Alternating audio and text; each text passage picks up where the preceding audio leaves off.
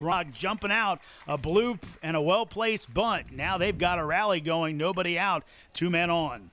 Yeah, you said it, Ryan's story there with a picture perfect bunt.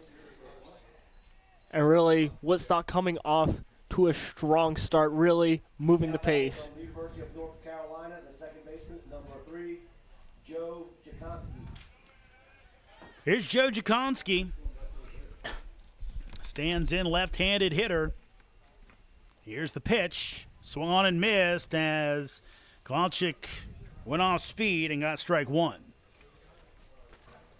And here's an interesting junction for Kopalchick. After getting 2 batters on, how do you recover? It's always the question. And now a balk will be called by a home plate umpire as Tom Russo will move the runners along via the balk. So not the start you want if you're Kopalchick. A little unlucky on the first hit, then a well-placed bunt. Now a balk has 2 runners in scoring position for Jakonski. Second baseman tonight plays for North Carolina.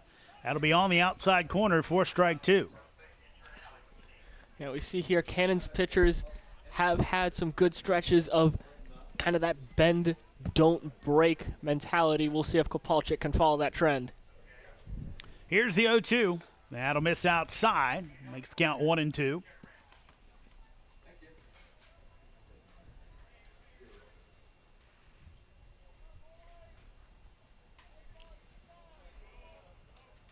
Kopalchick looks in, delivers the 1-2. That's hit out to left field. Booker's going to go back. Has room to make the catch. He'll bring it in. No chance at home as he brings it to third base. Britton fields it, and Smith in on the sacrifice fly. So quickly, Woodstock up 1-0 on the Cannons here in the top of the first. Yeah, a solid drive there from Jakonski, able to put something under that one, put Booker in a pretty much impossible position.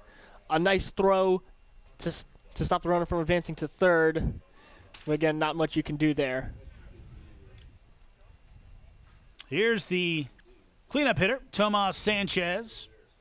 Kopalchick delivers and misses outside for ball 1.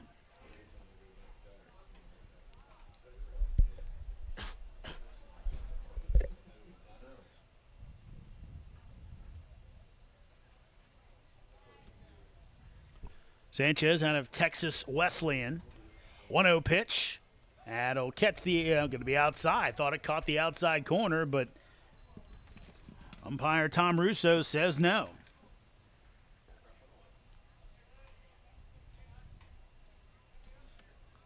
Sanchez delivers the 2-0, and that's going to miss up high. So count goes to 3-0.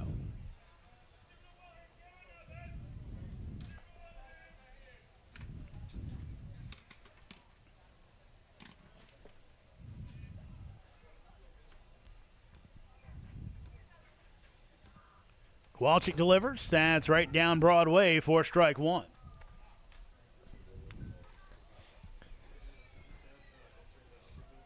And we see Sanchez in a big spot, hitting well over 400 at Texas Wesleyan. So definitely a good guy to have in this spot with a runner on second. Here's the 3-1. That's foul tipped into the mitts of Torres. So from 3-0 to 3-2, Kopalchick comes back. Can he finish it off with a strikeout? As Jack mentioned, Sanchez hitting .434 this season, 24 RBI. Kopalchick comes set, delivers the 3-2. That'll miss outside, so he loses him for the walk. So 3 out of the first 4 Woodstock hitters on base. Now Sanchez, a fantastic hitter, but in his 21 games played, hit great. Only managed to draw 1 walk. Definitely interesting to see for a guy clearly with some hitting skill. Here's Scott Mudler. He's DH tonight. Mudler headed to Oklahoma in the fall. Previously at Northwest Florida State. That'll miss outside for ball 1.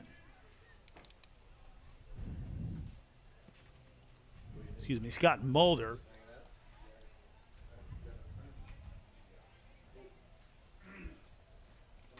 Kopalchick texts the runner at second base, comes home. That'll be popped up out of play on the third base side. Straight on back down the third base side. There goes a donut over the third base bleachers. Your foul ball sponsor, Bill Russatella with BMA Insurance Services. 1-1 coming up.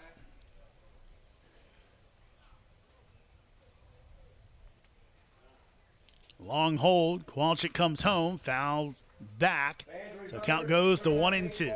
1-0 our score. Riverbandits breaking on top with the Joe Jakonski sacrifice fly. Brought in Hunter Smith, who had made it on base via the bloop out to short right. Kopalchick here, big batter to get this out here. Double play a possibility as well. Here's the 1-2. That is going to be on the inside corner for strike three. Throw down to first base. Tag applied, not in time. Torres trying to get the sleeping Sanchez down at first, but they do get the strikeout. Mulder goes down looking for out number 2.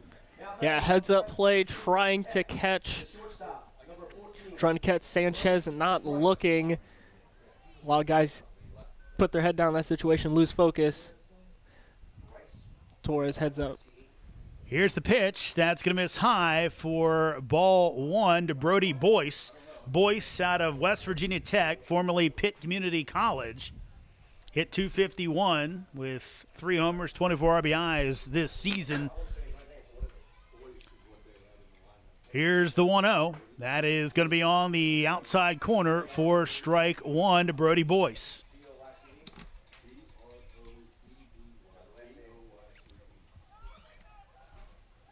Boyce, a senior out of Ripley, West Virginia. Here's the 1-1. That's going to miss high and inside to Brody Boyce. Brody Boyce. Boyce now batting for West Virginia Tech.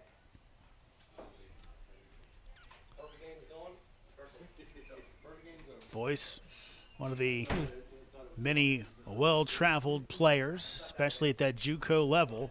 Guys move around looking for that good opportunity. 2-1. That's in there for strike 2.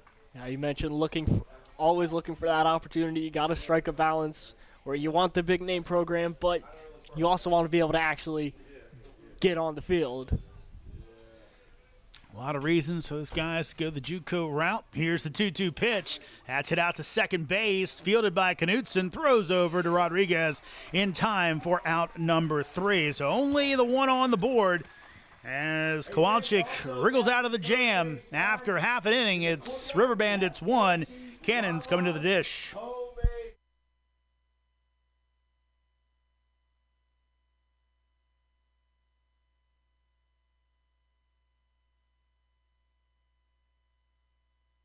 Lisa Bell in the courtyard. I want to turn it over to our on-field correspondent, Drew Wagner.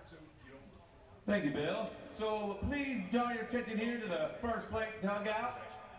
We've got Katie and Rosie. I've got Teddy and Deacon trying to do the tic-tac-toe race. Give it up for them. Are you four ready? On your mark. Get set. Uh-huh. Yeah. Go. Get him. Let's go. Who's got it? Uh-oh. Rosie might get it. Oh, well, I don't know what they were doing there. What do you got, Deacon? Oh, Deacon went there. Excellent job, ladies and gentlemen. Excellent job. Give it up for us. Welcome back to Fireman's Field. 1-0 lead for the Woodstock Riverbandits as we head to the bottom of the first. Starting lineup for the Cannons tonight under head coach Brett Fuller. He sets this lineup. Caleb Stewart in center field and batting first. At third base and batting second, it's Mikey Brinton out of Arkansas Fort Smith. In the number 3 spot, the reigning Valley League North MVP, DH Ryan Guida out of FIU, Florida International.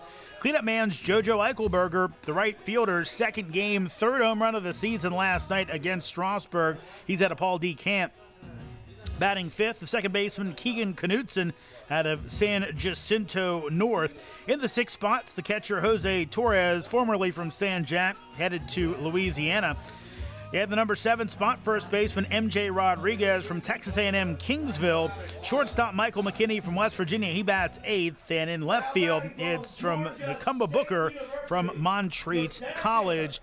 Defensive alignment for Woodstock, Story in left, Smith in center, Sanchez in right, Ford at third, Boyce at shortstop, Jakonski at second as this pitch to Stewart is inside for a ball. Little at first. Joseph is behind the plate.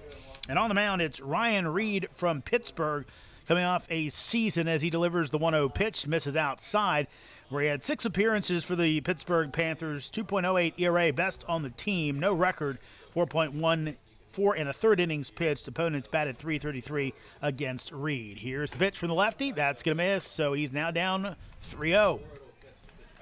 Yeah, good spot here for Stewart. Has had some strikeout problems here early in this season, already with 5. And that's going to catch the plate for strike 1. Well, on the flip side of that, Stewart also with 5 hits out of his 15 at-bats, so very much looking like a go big or go home guy. Reed will miss outside, so he will walk the leadoff man. Caleb Stewart doing his job, getting on base. For the first batter of the game for the Cannons, that'll bring up Mikey Brenton. Brenton coming off a game last night where he was 1 for 4. Had a pair of walks in that game as well.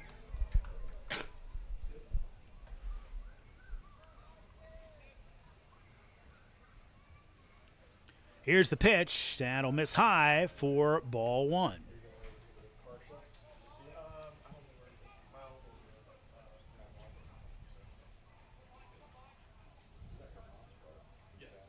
One-0 pitch. That'll catch the plate for strike 1. Guida on deck. Brenton has played in all 3 Cannons games so far. Back for his 3rd season with Purcellville as the runner goes. Throw down to second base is not in time. It's going to kick off Stewart. Stewart heads to third. It'll be picked up by Jakonski and run back into the infield. So making something happen with speed as Stewart's over to third base. Absolutely. Stewart is just so confident on the base paths and aggressive when it comes to stealing bases. You saw the moment he saw it kicked off, no hesitation. Straight to third. I'm going to call that an error on the throw as Brenton tries to hit it the other way, and he fouls it off. Foul ball sponsor, PMA Insurance Services, general liability. That'll be ruled an error on the catcher, Joseph. Here's the 1-2. Brenton, again, fouls it off. Hey kids, if you track down that foul ball, This Woodstock team had a chance to catch up with the legendary Mike Bocock before the game. Their manager has managed all over the valley, including this Purcellville Cannons franchise when they were down in Luray. Here's the 1-2. Again, as Brenton again fouls it off the fist. And talking to him, he said, look, we got a lot of guys coming, so this is kind of our first iteration of our team. And we were talking about a couple of his guys that are playing for Miami in the regionals in the NCAA tournament. As Brenton hits it to second base, and productive out, bobbled but thrown over in time by Jakonski to get the first out of the inning, but the run comes across for the Cannons. We're tied up. Purcellville 1, Woodstock 1. Mentioned both teams able to use their outs, as you said, productively. But Purcellville in a great position here. The top of the lineup so deadly for them so far this season. So nobody on as Ryan Guida steps in. Reed delivers. Guida hits it the other way and may have taken out a cannon in the dugout. They have that railing in front of the dugouts here at Fireman's Field, but a lot of the Cannons like to sit outside. Now Brett Fuller is going to talk to Tom Russo, and I think he's telling him, hey, you got to get your guys inside the dugout. Yeah.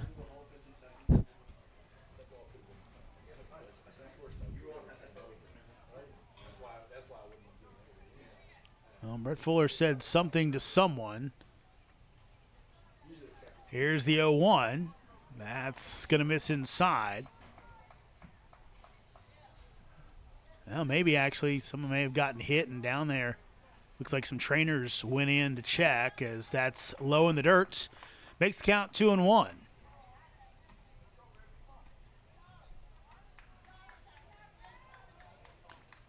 Here's the pitch.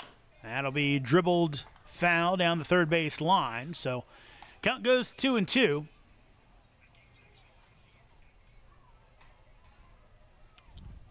Dimensions here at Fireman's Field, 310 down the right field line, 340 in the right center power alley. That misses way outside, and Guida runs the count to 3-2, 367 to dead center, 388 in the left center power alley, and 318 down the left field line. So asymmetrical ballpark.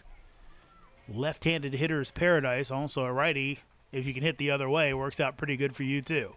Here's the 3-2 pitch, and Guida will hit it out to left field, but Story can't play it. Thought he had a beat on it, then he pulled up and dropped it in for a base hit. Another base hit for Ryan Guida. The hit machine strikes again. Yeah, Guida 9 for 14 coming into this game, so that'll be his 10th hit in just the 4th game of the season already, and the perfect guy to hit behind him, Joe Eichelberger coming up. Eichelberger, as good as Guida's been this year, 643 average. Eichelberger's been better, 667 in his 2 games, 3 homers, 10 RBI. Here's the pitch, big swing and miss by Eichelberger for strike 1.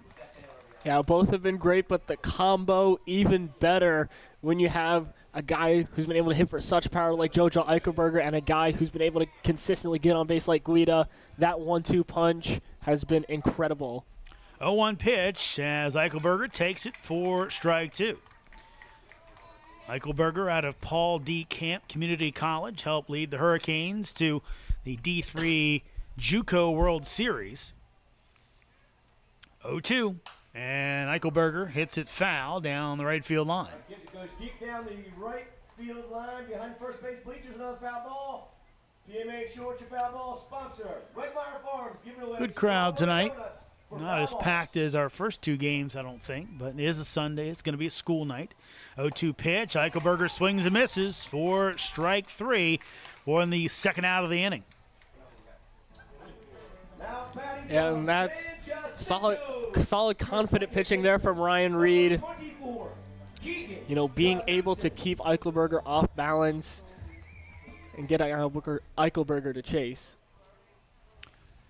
Here's Keegan Knutson out of San Jacinto North and misses inside. He's able to hold up for ball 1.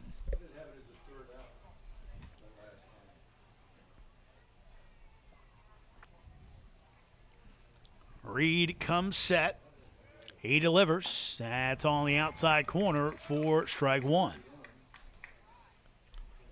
Talked about Reed coming from Pittsburgh. This year he was a teammate of former Cannon Justin Akal. Played shortstop for Purcellville last year, as that's in the dirt, blocked by Joseph. Akal, one of the top hitters for the Cannons, came from Frederick Community College. I believe he played with Wyatt Miles before Wyatt went on to Shepherd. Here's your 2-1 as Knutson takes on the inside corner for strike 2.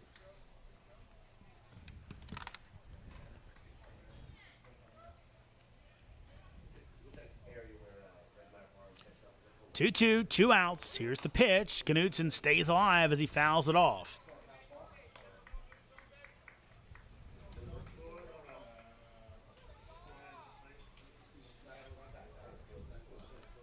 So we'll do the 2-2 again. Reed delivers. Knutson goes out of the zone. Can't catch up to it. Reed gets the strikeout for the 3rd out of the inning. But the Cannons with the equalizer. 1 complete in Purcellville. It's Cannons 1, Riverbandits 1. The Riverbandits. Sponsors for the 2023 season.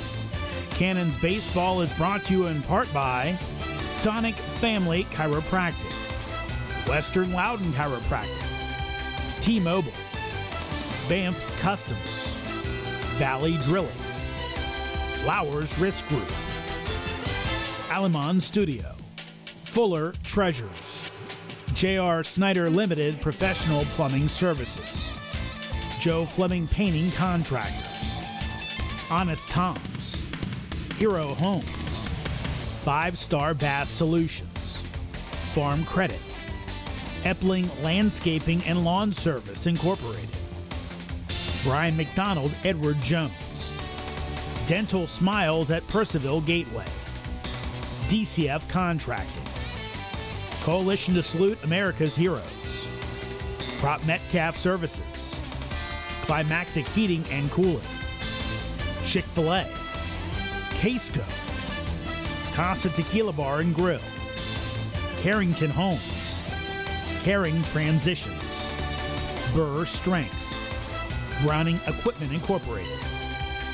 The Bob Canes Team. And Banshee Motor Cars Limited. Back here in Purcellville, 1-1 our score, Cannons and the Riverbandits. As Kopalchick back on the mound for a second inning of work.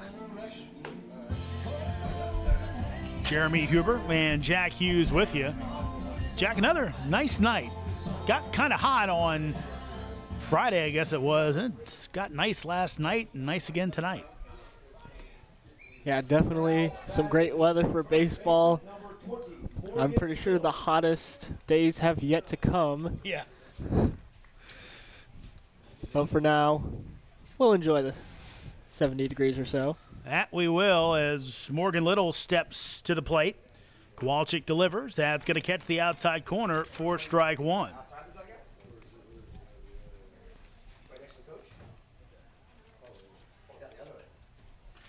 Kopalchick delivers, and off speed has Little out in front. He's down 0-2. See Kopalchick starting to settle in here.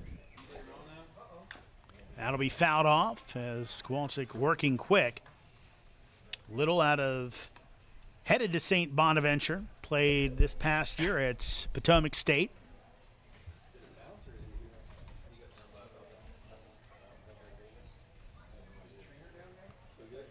Do the 0-2 again, and he'll hit this one and snagged by Kopalchick, runs it halfway over, then shovels to Rodriguez for the first out of the inning. And there is where Kopalchick, listed at 6'8", tallest player on the roster. The situation like that, the length definitely helps out. Able to get halfway to first base, as you said, in just a couple strides. Able to field his position, and again, he's got a lot of place he can field. And able to snag that one and make it an easy out. Here's Austin Ford, third baseman tonight.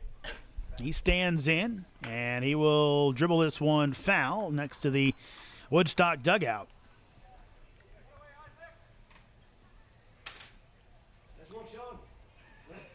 Ford affiliated with Folsom Lake College.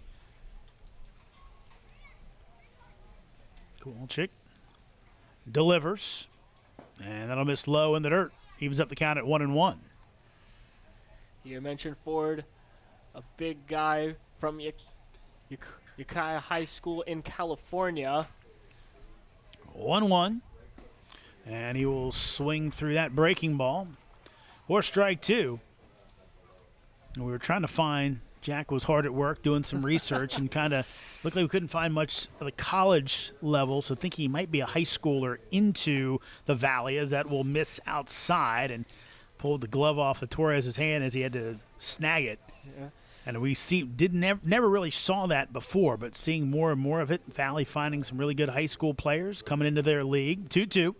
And that is going to be swung on and missed as Torres applies the tag on the third strike in the dirt, second out of the inning.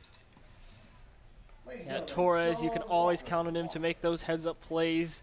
Very, very heady player. Norfolk State, the catcher, number 2, Dominic Joseph. Torres going to direct his fielders right now. Nakuma Booker was headed one way, then Torres said no, waved the glove the other way, got him closer to the line. As Dominic Joseph steps in, almost offers at the breaking ball, but does not, makes it 1-0. And that's the type of leadership Torres provides, you know, being able to direct guys, being able to get everyone equated to the system. 1-0 pitch, that's in there for a strike. And, you know, that's one of the things, Jack, that the catcher, it's kind of like a goalie in hockey or in soccer. There's the guys who really are kind of directing everything and making sure everyone's aligned, kind of lands on them. 1-1 breaking ball's in there for a strike, makes it 1-2. They're the guys, and obviously the more vocal, the better. If they're able to get out there, make sure they get the guys in the right spots. 1-2 pitch, breaking ball, be fouled off the facing of the Woodstock dugout. I'm one of those guys that leans on that a lot. They always the comparisons to other sports. It works, though. Not everybody knows the sport as well. You'd be amazed how many folks are watching that might not know all the nuances. 1-2 pitch, that's going to miss high. Evens up the count at 2-2. Honestly, it comes a little bit from doing like field hockey and things like that people do not know. 2-2 pitch. That check swing could drop in. It will. And no play at first. Wow. Joseph, just the excuse me check swing, dropped it in. Kopalchick really only one got a chance to catch it. And now it looks like that maybe some of these sunglasses have been broken. So bad luck all around for the Cannons as it turns over the lineup. Yeah. When you're looking at a swing like that, I don't think there was another spot on the field that could have dropped where nobody could have gotten it. Let's see how Isaac bounces back from another lucky hit. No really other way to put it. Smith back up. Smith will bounce it to third base. It gets through for a base hit. Joseph cruises into second base. He'll stop there. So we know those Mike Bocock teams, they will find a way to win. And they take a blue pit over top of the pitcher's mound, then a solid single. They've got a rally going here in the top of the second. Yeah, of course. Spot blown between these rosters. Cannons lost season series 2 and 4 last year, and of course were eliminated in the playoffs by these Riverbandits. Story first time up, bunt single. Britton playing back behind the bag as he will bounce this one down to Rodriguez. Fair ball. MJ calls everyone off, makes the play, steps on first for the third out of the inning. So Riverbandits leave 2 on. After 1.5, it's still 1-1 Woodstock and Purcellville. Valley League Baseball is back, and the Purcellville Cannons would like to thank their sponsors for the 2023 season. Cannons Baseball is brought to you in part by Sonic Family Chiropractic, Western Loudon Chiropractic, T-Mobile, Banff Customs, Valley Drilling, Flowers Risk Group, Alamon Studio, Fuller Treasures, J.R. Snyder Limited Professional Plumbing Services, Joe Fleming Painting Contractors, Honest Tom's, Hero Homes, 5-Star Bath Solutions, Farm Credit, Epling Landscaping and Lawn Service Incorporated, Brian McDonald, Edward Jones, Dental Smiles at Purcellville Gateway, DCF Contracting, Coalition to Salute America's Heroes, Prop Metcalf Services, Climactic Heating and Cooling, Chick-fil-A, Casco, Casa Tequila Bar and Grill, Carrington Homes, Caring Transitions, Burr Strength, Browning Equipment Incorporated, the Bob Caines Team, and Banshee Motor Cars Limited. Back in Purcellville, 1-1 our score as we head to the bottom of the second inning. It's Torres, Rodriguez, and McKinney, your scheduled hitters in this one. As Woodstock, Jack Arty with 4 hits in this game. Cannons only 1, but that's the beauty of baseball. 1-1 score still. Number 30, Jose Absolutely. Torres. You know, There's Torres as Reed delivers, and that is low for ball 1. yeah, you mentioned hits aren't everything. I believe the Royals in the Kansas second game of the season. As Torres misses outside.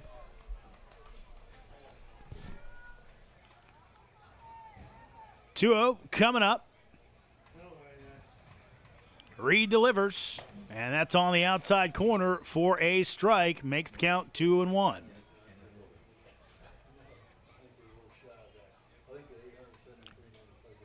Three one coming up. That's going to miss outside. Makes it 3-1.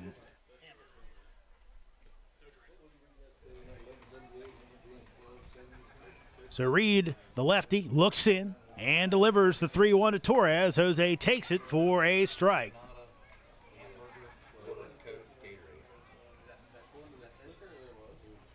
Rodriguez is on deck. Here's the 3-2, and Jose up the ladder, swings and misses for strike three and out number one. Yeah, definite uncharacteristic chase there from Jose Torres. Normally so good at being disciplined. He's drawn 4 walks. That is only his second strikeout so far in this campaign.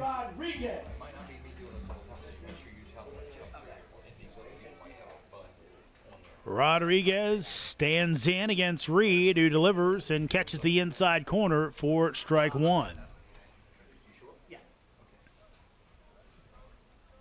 Ryan Reed out of Pittsburgh delivers and catches the outside corner for strike two, so quickly up on Rodriguez. On the season, MJ yet to get a hit. 2 games, 0 for 4. Played some good defense at first as he takes off the outside corner, shakes his head, says, no way. Literally spits on it.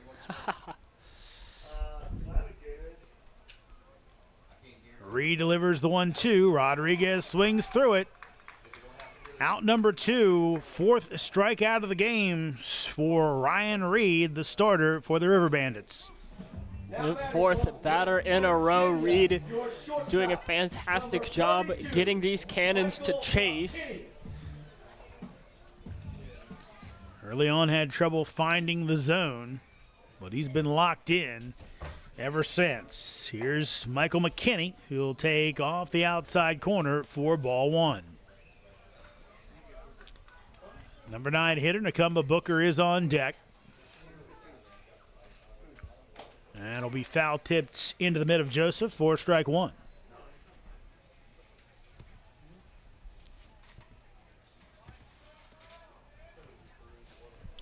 One pitch, breaking ball in for strike two.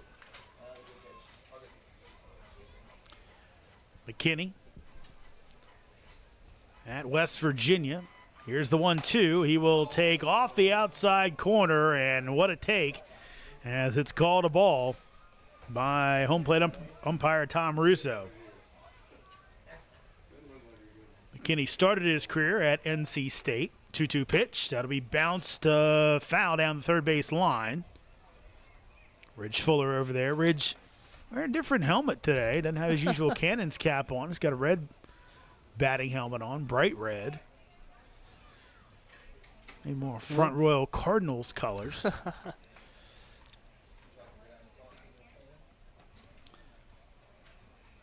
So we'll do the 2-2 again.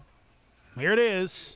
And swing and a miss as Reed strikes out the side. 3 up, 3 down in the inning for the Cannons. After 2 complete, it's Riverbandits 1, Cannons 1. Valley League Baseball is back, and the Purcellville Cannons would like to thank their sponsors for the 2023 season. Cannons Baseball is brought to you in part by Sonic Family Chiropractic, Western Loudon Chiropractic, T-Mobile, Banff Customs, Valley Drilling, Flowers Risk Group, Alamon Studio, Fuller Treasures, J.R. Snyder Limited Professional Plumbing Services, Joe Fleming Painting Contractors, Honest Tom's, Hero Homes, 5-Star Bath Solutions, Farm Credit, Epling Landscaping and Lawn Service Incorporated, Brian McDonald, Edward Jones, Dental Smiles at Purcellville Gateway, DCF Contracting, Coalition to Salute America's Heroes, Prop Metcalf Services, Climactic Heating and Cooling, Chick-fil-A, Casco, Casa Tequila Bar and Grill, Carrington Homes, Caring Transitions, Burr Strength, Browning Equipment Incorporated, the Bob Canes Team, and Banshee Motor Cars Limited. Back here in Purcellville, 1-1 is our score for your next 2 innings of play-by-play. Here's Jack Hughes. Thank you, Jeremy. So we're looking at Joe Jakonski coming up to the plate. Had an RBI sac fly in his first at-bat. No opportunity for that with bases empty. Kopalchick's first delivery is a bit low for ball 1.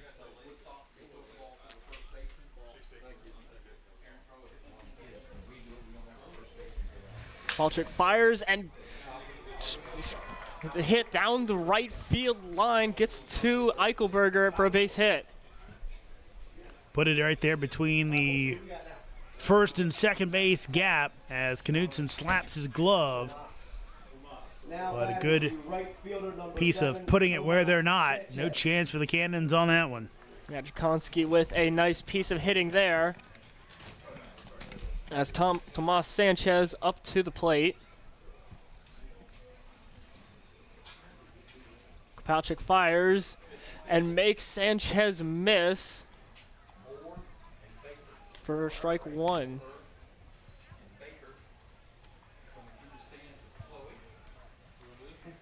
Kopalchick with the look in.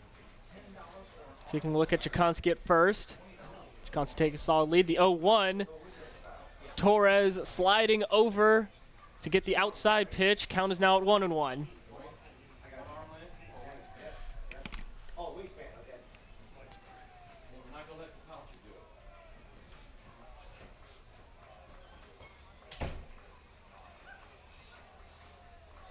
Kopalchick winds up. Fires the 1-1 outside the zone. Gets the count to 2-1. Sounded like a chant was coming from somewhere. I couldn't find where everybody was doing it. Yeah, definitely a solid showing from the Cannons faithful as the fourth delivery is hit right to the shortstop, but fumbled a little bit. And the play is not made at second base. And that will be a base hit for Sanchez. That'll be an error. Oh, excuse me, an error. Yeah, that's a tailor-made double play ball there.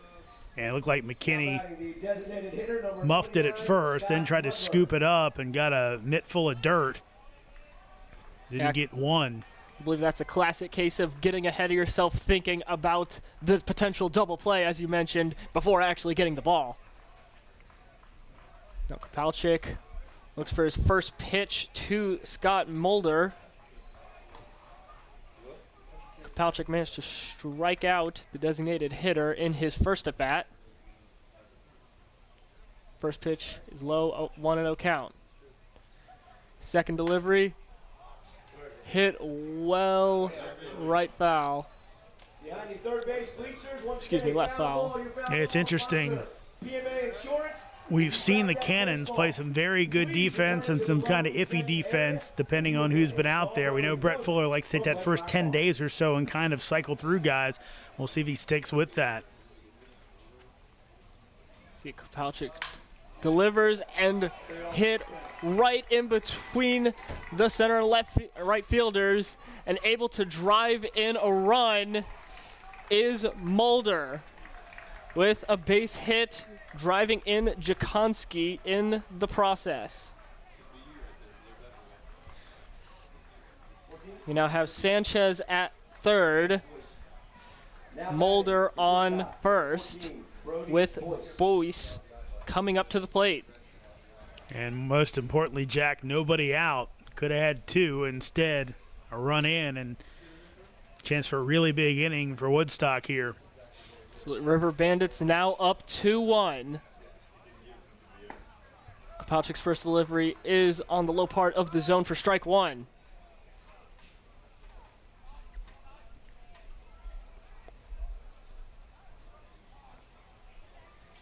Kopalchick looks at first. Fires the 0-1 outside the zone, evens the count at 1-1. Kopalchick's done a good job of working around trouble so far tonight.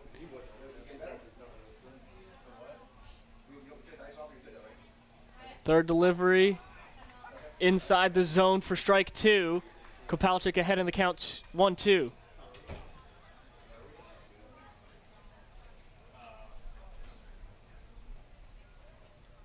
Kopalchick again fires to Boyce and makes a miss for the first out of the inning. Morgan Little coming up to the plate with runners on the corners. Number 20, Morgan Little. Big strikeout of Boyce there, Jack. Now again, double play and get yourself out of the inning with only one run on the board.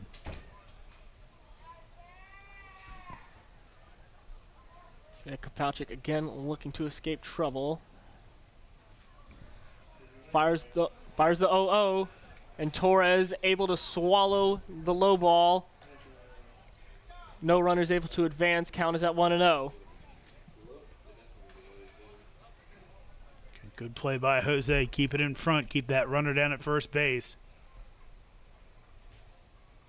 Kopalchick delivers on the well inside for ball 2.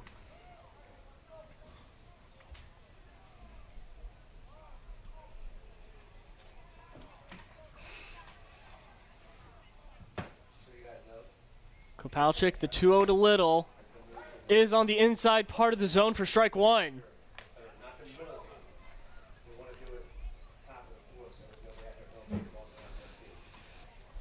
Again, Sanchez on third, Mulder on first. Fourth delivery is low for ball 3.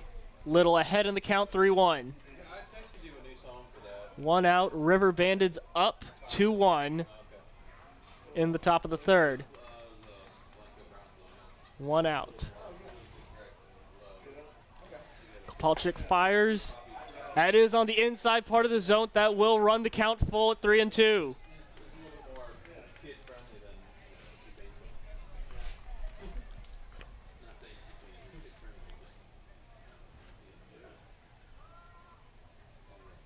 Kopalchick, the payoff pitch, hit right down the first base line.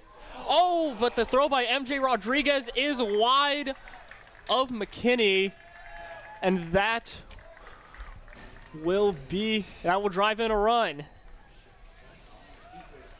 Another error beyond the third baseman Rodriguez, and downtrodden look as the runner now advances over to third, and questionable, may have been able to step on the bag, throw over for the tag, was trying to get the double play where it didn't matter if the runner came across, but instead another error, and a crucial error is now a 2-run lead with more maybe coming.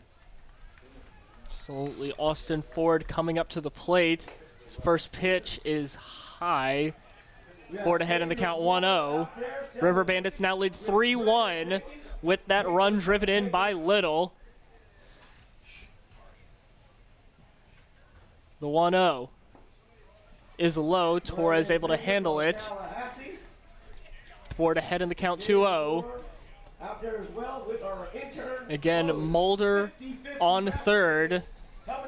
Little on first. 1 out here in the top of the third.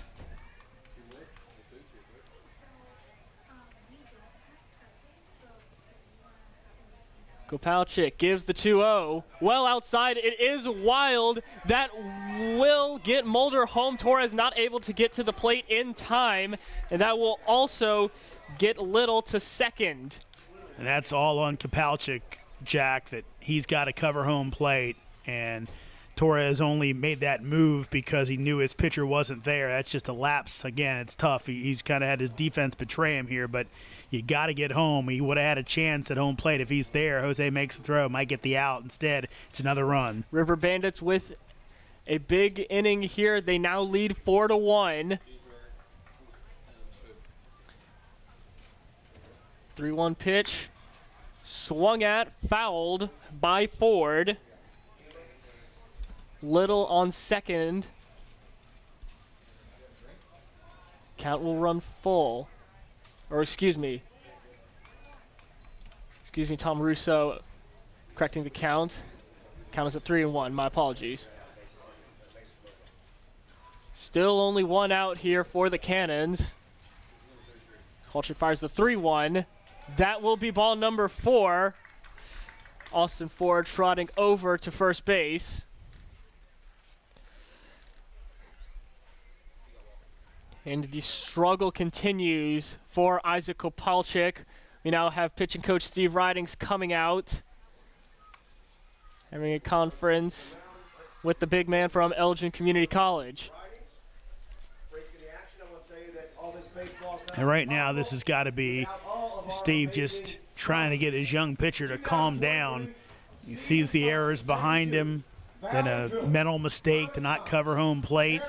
And again, with the Cannons offense, they are not out of this game, but what you don't want to do is dig the 6-7 run hole that it's going to be really tough to dig out of. You see Cannons on the other side of those big leads early. They know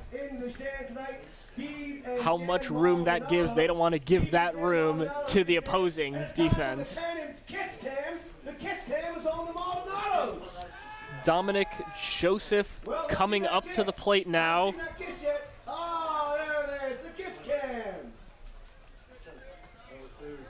Runners on first and second.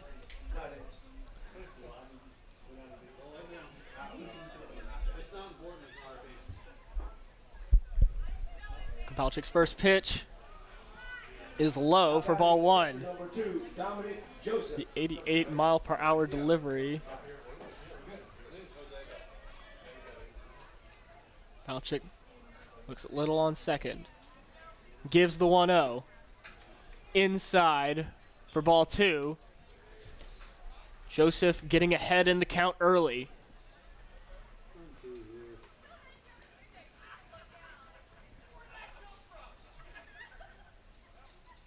Kopalchick fires the 0-2-0. That will be on the outside part of the zone for strike 1.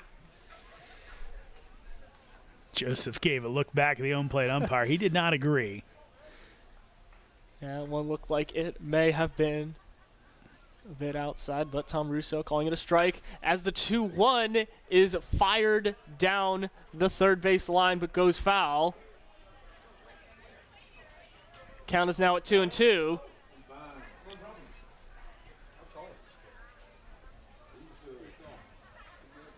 Kopalchick looking to put out the fire here in the top of the third.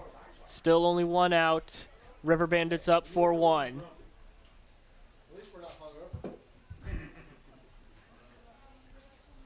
Kopalchick, the 2-2. Fired right over the head of McKinney into left center field. And that will be a base hit. No runners able to advance home. Bases are loaded for the Riverbandits. This time, last time, a little bit of a lucky hit for Joseph. This one, a solid single. Well played, though, by Stewart, as Mike Bocock not getting too aggressive here as he has his top of the lineup coming up. A good throw, keeps the runner at third, but bases are loaded and a chance to really blow it open if you're the Riverbandits. Absolutely. With your leadoff hitter, Hunter Smith, 2 hits, or I believe 2 hits already in this one. As Kopalchick fires the 0-0. That one high for 1-0. Little on third, Ford on second. Of course, Joseph on first. Kopalchick, the 1-0, is low for ball number 2. Again, the Riverbandit hitter Hunter Smith getting up early in the count, 2-0. Kopalchick struggling to keep things in the zone early in a lot of these at-bats. Kopalchick, the 2-0, made Smith swing. I believe there may have been a foul tip there. Nonetheless, count is at 2-1.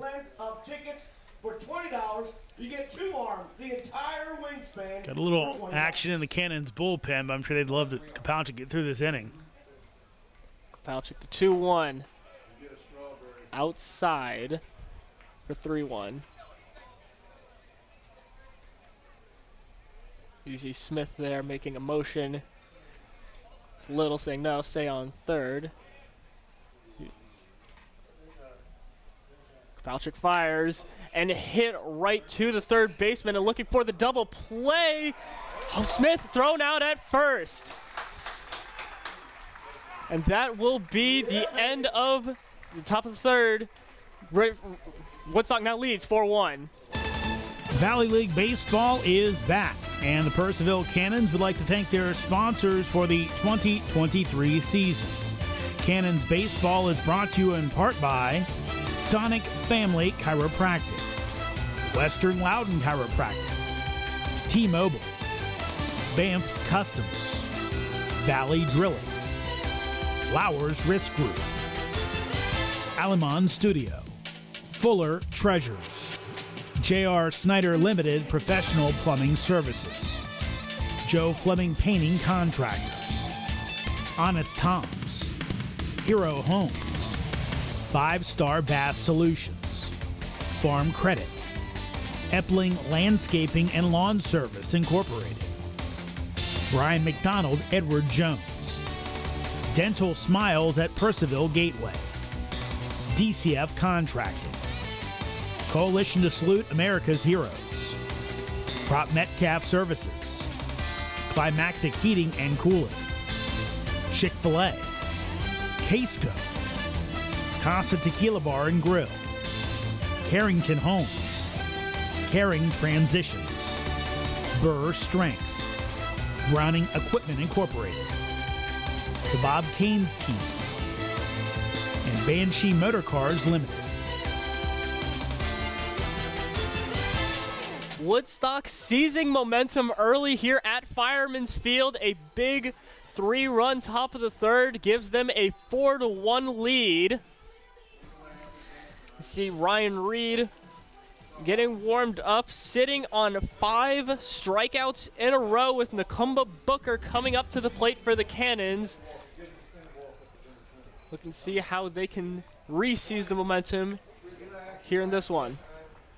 Now, Ridge Fuller is on a cell phone, so not exactly sure what the issue is. Just Ridge is going to remain on the cell as he heads out back to third base. So now looks like we may have some type of issue. We'll see if we can get some more information as Booker comes to the plate. Lefty Reed fires his first. That one on the outside corner of the zone for strike one. Reed continuing his great pitching. Second delivery. Hit well into right field, right down first base line, but goes foul. Booker now down in the count, 0-2 early. So you cannot go on the field unless you're really sneaky. I think it hit off of a oak tree down there, actually. See, now Reed the 0-2. That one will ring up Booker for the first out of the inning. Now back around the Cannons lineup. Caleb Stewart able to draw a walk in his first at bat. Your center fielder. Jack, that was Reed's 6th straight strikeout. He's got it going right now. You said it. Cannons bats. Not sure what to do. Reed fires the 0-0.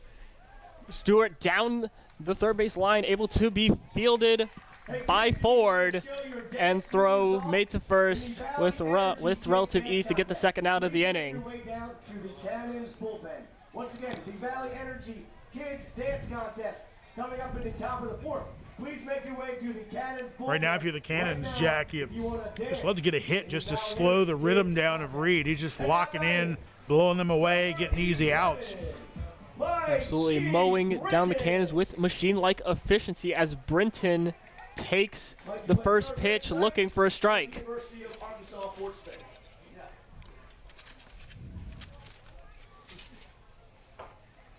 Brinton, nearly took the 0-1 in the head, able to dodge out of the way.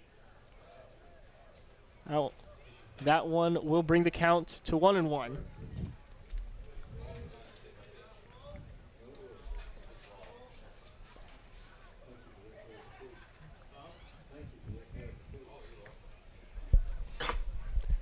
be the 1-1.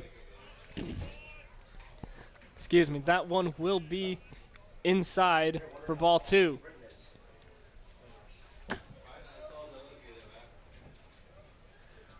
Reed delivers. That one will ding Brinton. Blew that one right in the small of the back.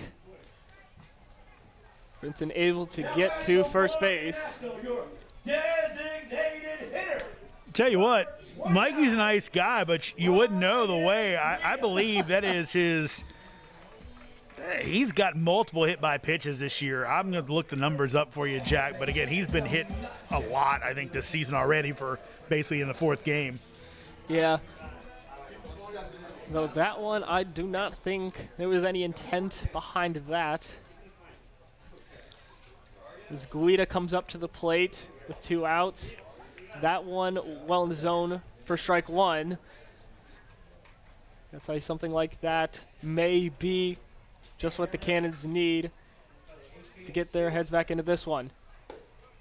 As Reed fires the 0-1 well outside the zone, makes it 1-1. Just the 2nd hit by pitch for Mikey this year, but either one of them feels good, I'm sure. Absolutely. As Reed fires, Guida fouls that one off. And the Cannons down to their last strike of the inning. Guida behind 1-2 as Reed fires. And that one will be, while bouncing off of Joseph, Brinton will get to second easily. Looking for third, but thinks better of it. Count now at 2-2. Mikey got a pretty good jump, and I don't think he could have advanced, but he kind of went into second base, not really looking at home because he was trying to get in. By the time he saw where the ball went, he had no chance to advance. As Reed will reset himself.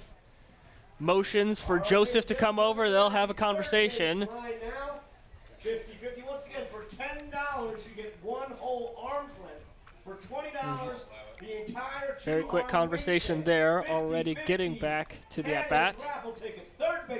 I was just trying to get on the same page, especially with a runner on second base. Maybe varying up the signs. Still something that's done here. No pitch comm or anything. Absolutely. As the 2-2 pitch is slapped by Guida, but the play is able to be made by Jakonski. Little jump there to get the third out of the inning.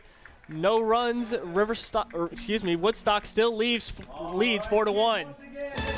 Valley League Baseball is back, and the Purcellville Cannons would like to thank their sponsors for the 2023 season.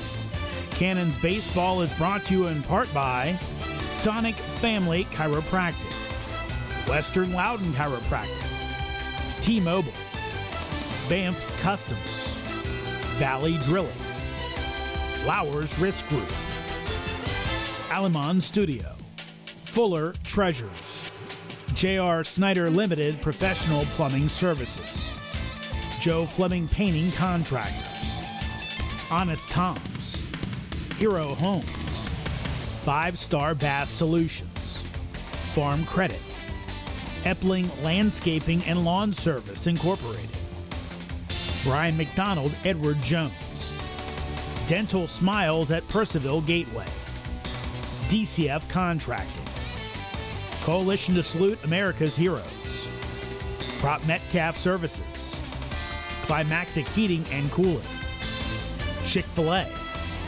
Casco, Casa Tequila Bar and Grill, Carrington Homes, Caring Transitions, Burr Strength, Browning Equipment Incorporated, the Bob Caines Team, and Banshee Motor Cars Limited.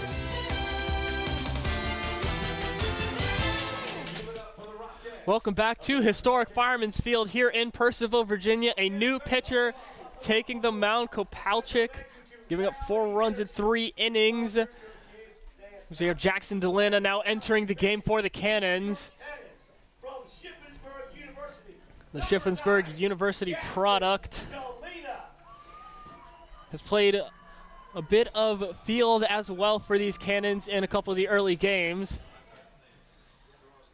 See him getting some warm-up throws to Torres. It's Ryan Story coming up to the plate for the Woodstock Riverbandits. Looking at Jackson out of Shippensburg, as you said, Jack, previously played at Monmouth. This year batting, a decent year, 207, 5 homers, 23 RBI. But again, only played in a few games at Monmouth. So we'll see what he can do on the mound as he comes on in relief for Kopalchick, who, in all honesty, deserved a better fate. Kind of betrayed by the defense in that third inning. Definitely agree. A couple of costly errors for the Cannons field early. Now batting the left fielder, number 4, Ryan. We'll see if Delana gets some better luck in that regard. Ryan Story, strikeout in his last at-bat. Delana's first pitch is high for ball 1.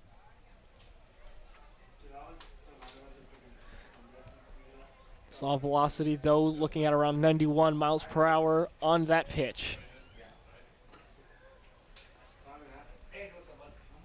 The 1-0. Slammed into left field, but Booker easily able to get under that one for the first out of the inning. Final line on Kopalchick, Jack, 3 innings pitched, 6 hits allowed, 4 runs, 2 of those earned, 2 walks and 3 strikeouts. Number 3, Joe Jakonski. Yeah, not the day you would want to see from Kopalchick's first start. And see Jakonski coming up to the plate. He's able to get a hit in his last at-bat. 0-0. Well inside the zone for a strike, right down Broadway. Count 0-1 early with 1 out.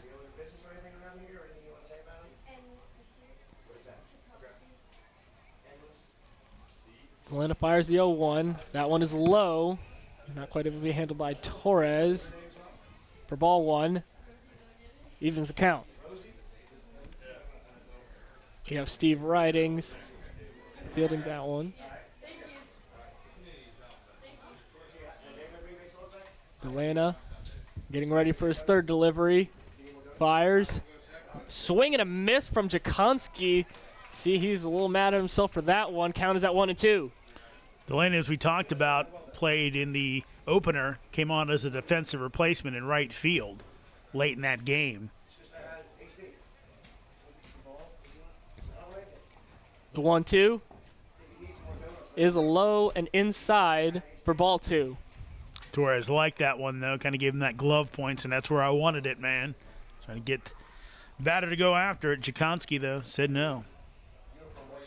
Good eye there. The 2-2 is slammed right above the backstop, fouled off. It's coming back our way. Luckily, there's a netting there. Don't want that to come and hit me in the face. Yeah, that's not something anyone wants to see, as we will repeat the 2-2. Delana fires. Once again, Rosie, That one just inside Torres, again with the little glove point. That one will be ball 3, get the count full. Steve of Leesburg and Yeah, Jackson kind of puffed out the cheeks, thought he had one, but unfortunately, Tom Russo didn't agree.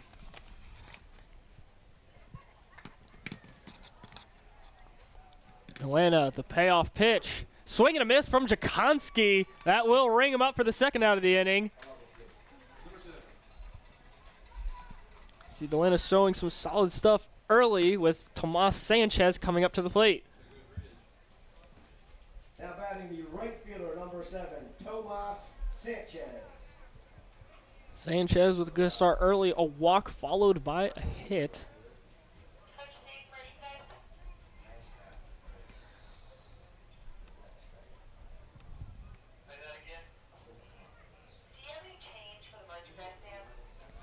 Delana's first delivery. Low for ball 1. Looking back at Jackson's numbers while I was at Monmouth, the one year he pitched, only 2 appearances, 5.40 ERA, Only 1.2 innings pitched, Jack, but he struck out 4 batters in that short amount of time, so he can strike guys out. Absolutely. As the 1-0 comes in, Now they are coming around the first base. again low for ball 2. Sanchez ahead on count early 2-0. And Gabriel Moore out there with Chloe. 2 outs here for the River Bandits on the top of this 4th. Delana gets it inside the zone for strike 1.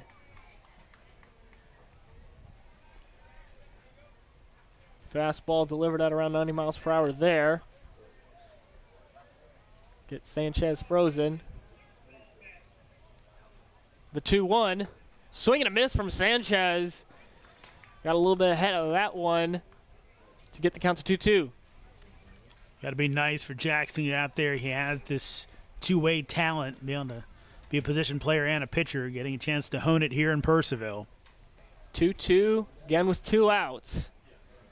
Delana fires, and another swing and a miss from Sanchez. We'll get the 3rd out of the inning, and a big donut for Delana's first half inning. Cannons are still behind 4-1. Valley League Baseball is back, and the Purcellville Cannons would like to thank their sponsors for the 2023 season.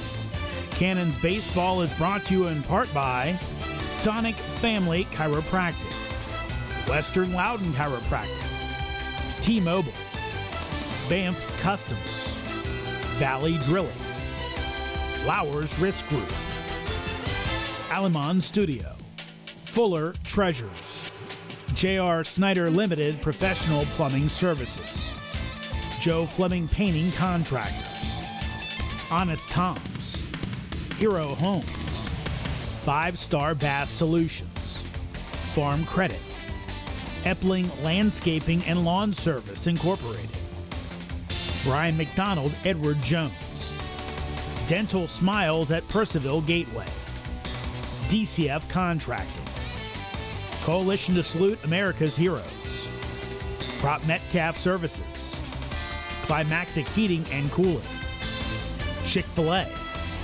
Casco, Casa Tequila Bar and Grill, Carrington Homes, Caring Transitions, Burr Strength, Browning Equipment Incorporated, the Bob Canes Team, and Banshee Motor Cars Limited. And welcome back to historic Fireman's Field in Purcellville, Virginia. The Woodstock Riverbandits still leading 4-1 here, with Joseph Eichelberger coming up to the plate. Eichelberger, the first of Reed's 6 strikeouts in a row in his first at-bat.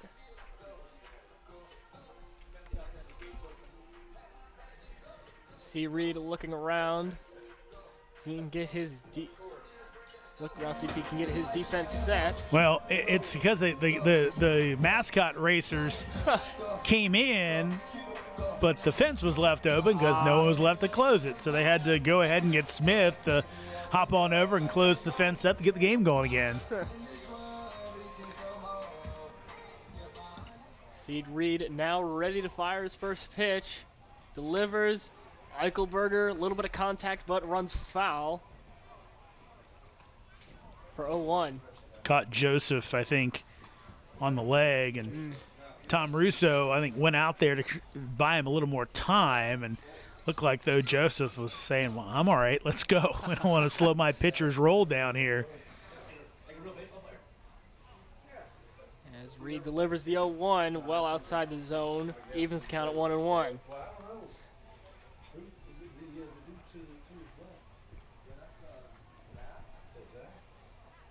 Reed the 1-1. Fired well over the backstop for 1-2. See some kids here in the grandstands looking to track that one down. Reed fires. Eichelberger looking at that one low for ball 2. Evens the count.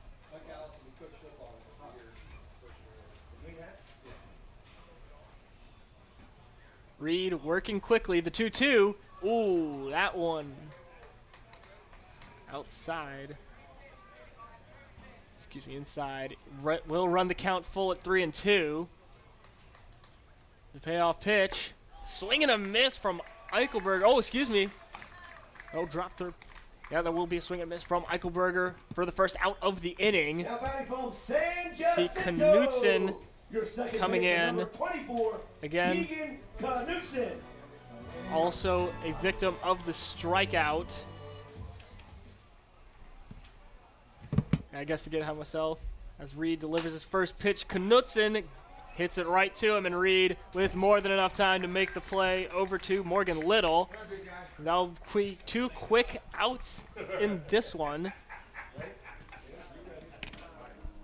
Yeah, again, Reed kind of lock it in after that first inning where the Cannons Now batting from had a Louisiana, early Las flurry, Vegas, and then your catcher, number he 4, locked in. It's been a breeze for the most part.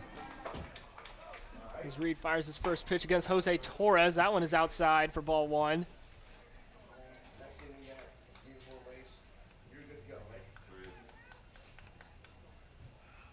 Reed again delivers. That one, oh, John, the outside part of the zone for 1-1.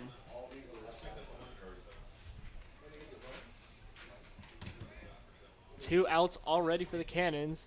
Reed fires. Torres able to dodge out of the way of that one. Still inside. Ball for 2-1.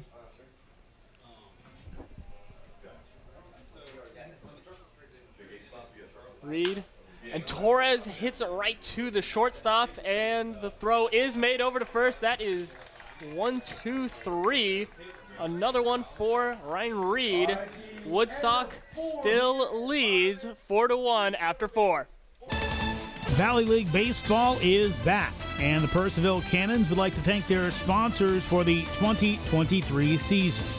Cannons Baseball is brought to you in part by Sonic Family Chiropractic, Western Loudon Chiropractic, T-Mobile, Banff Customs, Valley Drilling, Flowers Risk Group, Alamon Studio, Fuller Treasures, J.R. Snyder Limited Professional Plumbing Services, Joe Fleming Painting Contractors, Honest Tom's, Hero Homes, 5-Star Bath Solutions, Farm Credit, Epling Landscaping and Lawn Service Incorporated, Brian McDonald Edward Jones, Dental Smiles at Purcellville Gateway, DCF Contracting, Coalition to Salute America's Heroes, Prop Metcalf Services, Climactic Heating and Cooling, Chick-fil-A,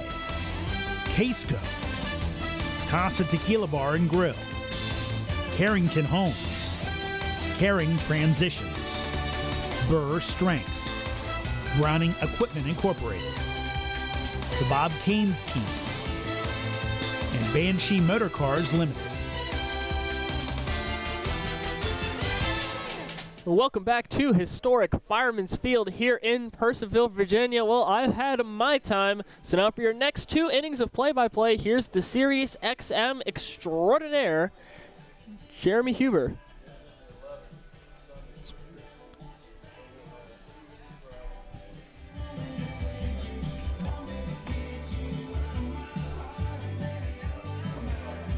Yes. We have an issue? Oh, well, I was looking something up. My apologies. You're supposed to keep this going until I'm ready to go. I was checking our stream. So I guess it is my turn. So I will jump on in. And Jackson Delana. Sincerest apologies. Don't worry about it, man. You're new. You're new at this. Scott Mulder coming to the dish, the DH. As Delana starts a second inning of work, and he delivers in for a strike. Mulder, first time up, struck out, then ended up with a single in the third. Here's the 0-1, and that is going to be in the dirt, evens up the count at 1-1.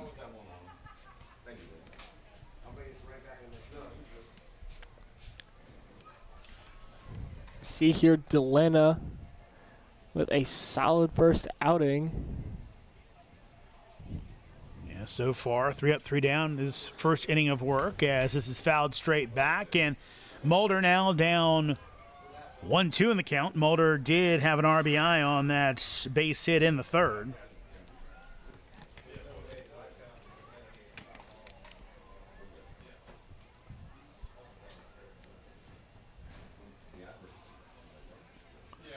Delana delivers. That'll miss outside. Evens up the count at 2-2. Brody Boyce on deck. Woodstock with the 4-1 lead here in the top of the 5th inning. Boyce long look in. Gets what he wants from Torres. Here's the pitch. That is low. So count goes full. Cannons in their traditional home uniforms, the whites with the burgundy pinstripes, arched cannons across the chest with the burgundy Cannons hat with the stylized P on it. That'll miss, so first base runner allowed by Jackson Delana. He comes via the walk as Mulder able to draw the base on balls. Now batting. See here a bit of a lapse from Delana early. Representing West Virginia Tech. So Brody Boyce steps in. Nice size lead by Mulder over at first. And this will miss high and inside for ball 1. And we see here for first time pitching, interesting thing, how does the pitcher's mindset change with a base runner on versus no runners on? Here's your 1-0. That's going to miss inside, so count goes to 2-0. And you're right, you got to pitch out of the stretch. That changes things for some guys. Got to hold the runners on, got to think about some other things, not just rearing back and throwing. Throw over, back in time as Rodriguez applies the tag. Woodstock, orange and green color scheme, gray pants tonight with the forest green tops, a lot of orange piping. Throw over, back in time. Again is Mulder, which is not ironic but interesting that Woodstock, at least since Mike Bocock's been here, has had a good relationship with the folks at the University of Miami. Hurricanes still playing in the NCAA tournament. That's hit out to second base, snagged and throw over, and that's going to be a double play. Keegan Knutson put a star on that one. Yeah, just an excellent diving catch. Exactly what this Cannons defense needs Now batting. Number 20. early in the top of the 5th. Knutson made the dive to his right, made the catch, and Mulder didn't freeze like they tell you to. Took too many steps. Keegan dug it out of the dirt. Got it over to Rodriguez for the second out. So a twin killing big here as that allows Delana a little more breathing room as Morgan Little will now step up. Little takes on the inside corner, off the inside corner, I should say, for ball 1.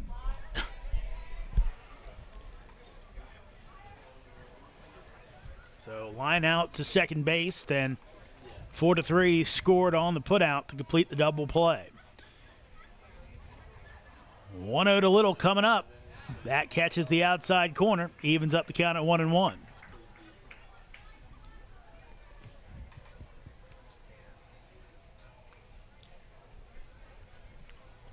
Mentioned it before, Little, formerly at Potomac State, headed up to St. Bonaventure. Play his ball in the A-10, 1-1 pitch. That will miss as Torres held the glove there, but could not get Tom Russo to bite. And you see here one of the biggest challenges, these position players, obviously, a lot of them with great arms. For a lot of times, that's the reason why they come over to pitcher to begin with. Delana with some solid velocity. 2-1, fouled off, evens up the count. But again, the question for a lot of these position guys coming over is control. It's been pretty good. Again, 2 strikeouts, did have the walk, but we've seen a lot worse First few games, you see guys get out here and they're trying to hone in there, and they just can't do it. Delana pretty much straight over the top, so not a lot of variables in that delivery as he throws, and that'll be fielded by Brett Fuller and booted. But I'm sure Coach is very happy to not have a screamer coming at him like he did on Friday night. Caught him in the foot. Still haven't asked Brett how the foot's doing. Looks like he's doing better. Yeah, definitely a fair bit more spry. 2-2 pitch. That's fouled away. So give little credit. Hanging tough with 2 strikes. And again, like a lot of the Cannons pitching staff, that great velocity, over 90 miles an hour on a consistent basis. 2-2. That's in the dirt. So Little lets it go by and count to go 3-2. On deck is Austin Ford, third baseman. Strikeout victim in a walk. But right now, Delana trying to finish this one off to keep on facing the minimum so far. Get the Cannons back in the dugout. Here's the payoff pitch. Swing and a miss for strike 3. Third K of the game for Jackson Delana. We are through 4.5. It's still Riverbandits 4, Cannons 1.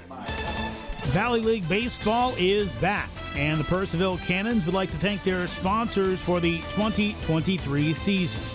Cannons Baseball is brought to you in part by Sonic Family Chiropractic, Western Loudon Chiropractic, T-Mobile, Banff Customs, Valley Drilling, Flowers Risk Group, Alamon Studio, Fuller Treasures, J.R. Snyder Limited Professional Plumbing Services, Joe Fleming Painting Contractors, Honest Tom's, Hero Homes, 5-Star Bath Solutions, Farm Credit, Epling Landscaping and Lawn Service Incorporated, Brian McDonald, Edward Jones, Dental Smiles at Purcellville Gateway, DCF Contracting, Coalition to Salute America's Heroes, Prop Metcalf Services, Climactic Heating and Cooling, Chick-fil-A, Casco, Casa Tequila Bar and Grill, Carrington Homes, Caring Transitions, Burr Strength, Browning Equipment Incorporated, the Bob Canes Team, and Banshee Motor Cars Limited. New pitcher on for Woodstock. So interestingly enough, Reed will not qualify for the win, but Mike Bocock may be thinking later in the season as he will bring on Jackson Rogers. Rogers out of Bridgewater College in Heathsville, Virginia, 190-pound right-hander, 5'8" senior. He will come on to face the Cannons here in the bottom of the 5th inning. Purcellville trailing by 3 runs. Only 1 hit allowed so far by Reed. That came back in the 1st inning, Ryan Guida. And, of course, the Cannons only 1 run. That on the ground out, RBI ground out by Mikey Brenton. So we'll see if the new pitcher, Jack, means any new luck for the Cannons.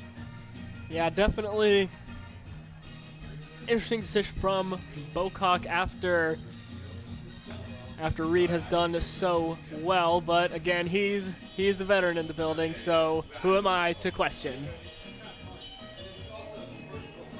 We will see. I'm sure he's hoping that he can see his guys come through here, but Rodriguez, McKinney, and Booker, bottom 3 in the order, will face off against Rogers.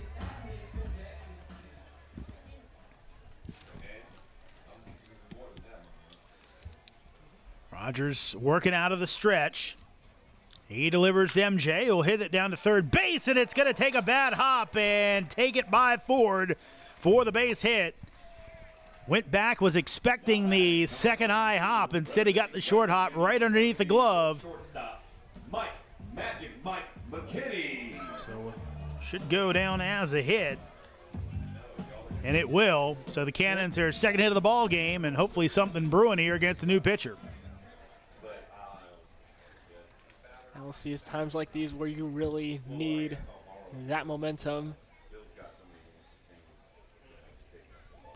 Rogers delivers the breaking ball. That misses high for ball one. Obviously, McKinney struck out his first time up and had that error. Taylor-made double play ball. Couldn't convert it. You know he would love to be part of a Cannons rally right here to get them back into this game. That's fouled off for strike one.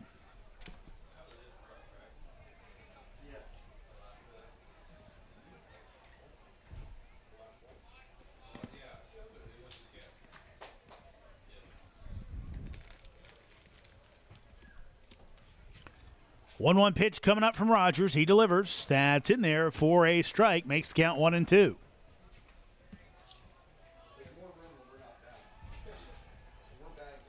See here, McKinney 1 for 4 going into this one. Came in hitting .250 on the season. Only the one game. 1-2. McKinney lets that one go by for a ball way outside on the breaking ball. Although you mentioned earlier, able to get on base a fair bit more often with the hit by pitch early in the season, and I believe in this one, in his previous at-bats, another hit by pitch. Hit down to third base. It's going to be snagged, throw over, and tag put on. And he is out at first base as McKinney going in. Thought he could beat it out, but a nice play deep in the hole forward. Got it over. Little had to make the tag to get the out. He did. Out number one as Rodriguez moves up to second base.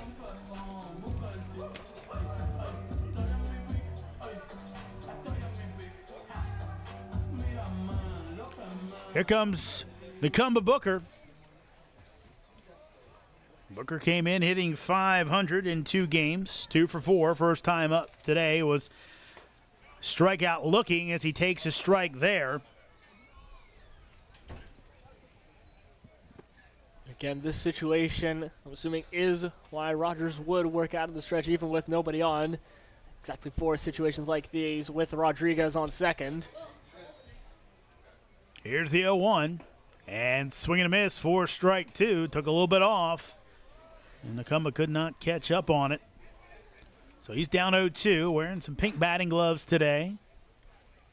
Top of the lineup in Stewart is on deck. Booker trying for a productive out here, make some contact, and he will not. Swing and a miss, tag applied by Joseph as that one was in the dirt. Booker, second straight strikeout, now 2 outs for the Cannons. Still a man on second base. Center fielder, Caleb the Beef Stew Stewart.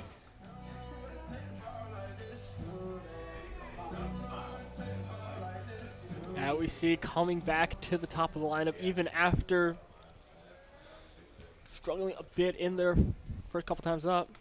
Stewart takes up high for ball one. Top of the Cannons lineup, always a threat. It's funny, on the pop of that glove, I think he got some dust from Joseph, kind of squinted his eyes. Here's the 1-0, and that's fouled. And goes by one of the Woodstock coaches. See Ridge, third base coach coming over to field that one.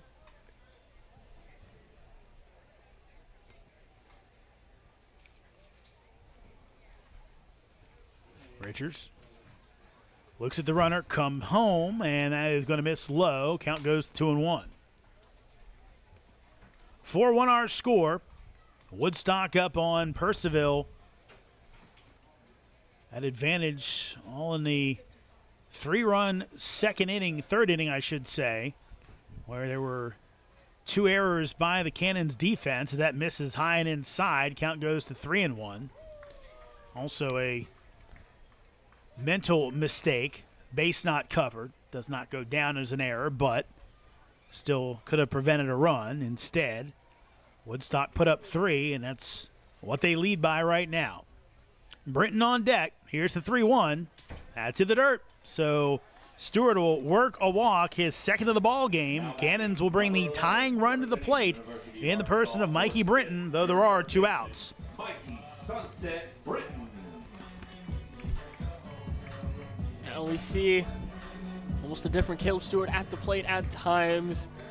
Earlier in the first couple games of the season, tended to chase a little bit here. In this one, with a lot more discipline, already working 2 walks. He had 2 walks in the 3 total games prior. Here's the pitch to Mikey. He takes it high for ball 1. Mikey came in hitting .333, scoring 7 runs on the season coming into the night, and also had a home run.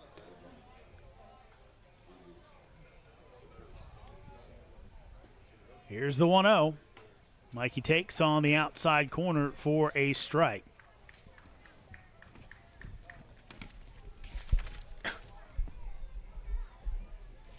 Britton with the homer in the opener. First of the season for the Cannons. Here's your 1-1. Mikey fouls it off. Count goes to 1-2. Ryan Guida on deck. You know Woodstock would love to end this inning right here, not let the hitman get out there and possibly bring in a couple with a well-placed single. Yeah, in this situation, if you're Rogers, you always want to strand those batters. 1-2, that's low, so count goes 2-2. This is the man you want to finish the inning off with. Of course, the River Bandits have handled Eichelberger so far tonight, pair of strikeouts. But Guida, single and a line out that almost brought in a run. 2-2 pitch. Britton fouls it off to stay alive. Rogers will amble back out to the mound. And here, if you're Rogers, you're thinking you definitely think you can be able to get Britton Chase 5 strikeouts in this season so far. 12 at-bats. 2-2. Mikey again fouls it off. So Britton hanging tough. Just trying to get himself on base. Again, Woodstock playing their infield back. Short and second, pretty much on the outfield grass. Little back that far as well. Ford a little closer up, but he's still about 5 paces behind the bat. 2-2. Britton hits it to shortstop. It'll be played, slips on the throw, and Mikey will not beat it. He stays out at first base as Matt Martin punched him out. That ends the inning. Cannon strand 2. After 5 complete, it's still Woodstock 4, Purcellville 1. Valley League Baseball is back, and the Purcellville Cannons would like to thank their sponsors for the 2023 season.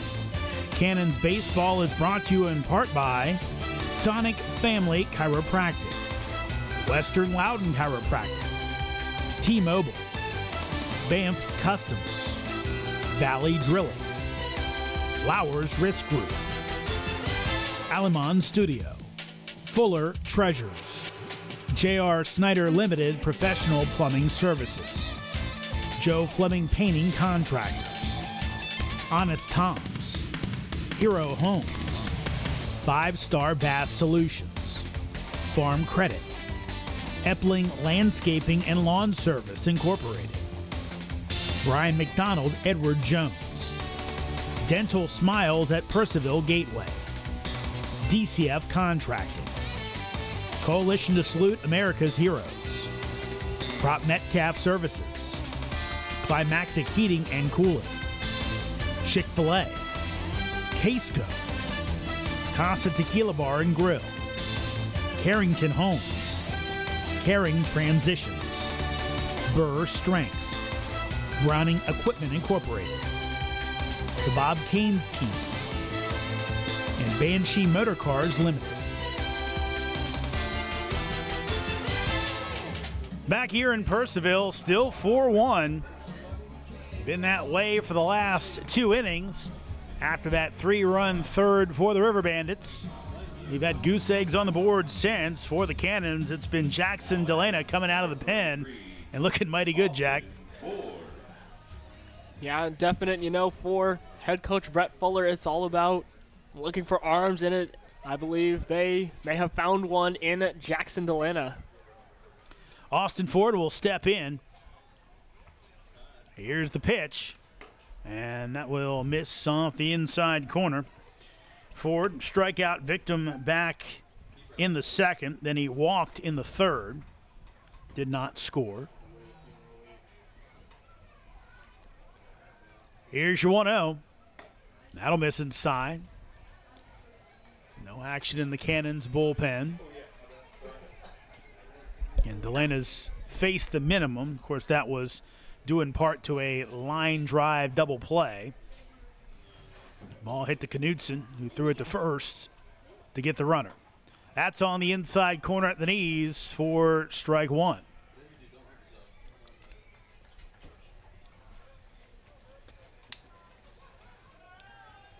You mentioned Delana bringing some much-needed confidence to this Cannons defense. 2-1. That's in there for strike two.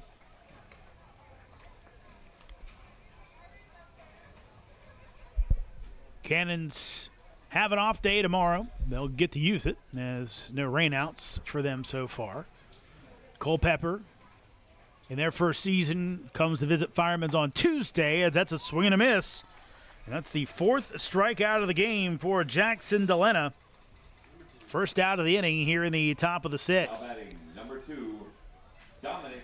Delana already exceeding the strikeout total for Kopalchick in fewer innings. Dominic Joseph steps in. He's 2 for 2 tonight, pair of singles. And this will miss high for ball one. Joseph's first single, I should say, a check swing that kind of landed in the Bermuda Triangle behind the mound, so Kopalchick didn't have a shot at it. McKinney and Knudsen couldn't get there either. His second single, solid one, out to left center field. Misses inside, count goes 2-0. Joseph plays his college ball at Norfolk State.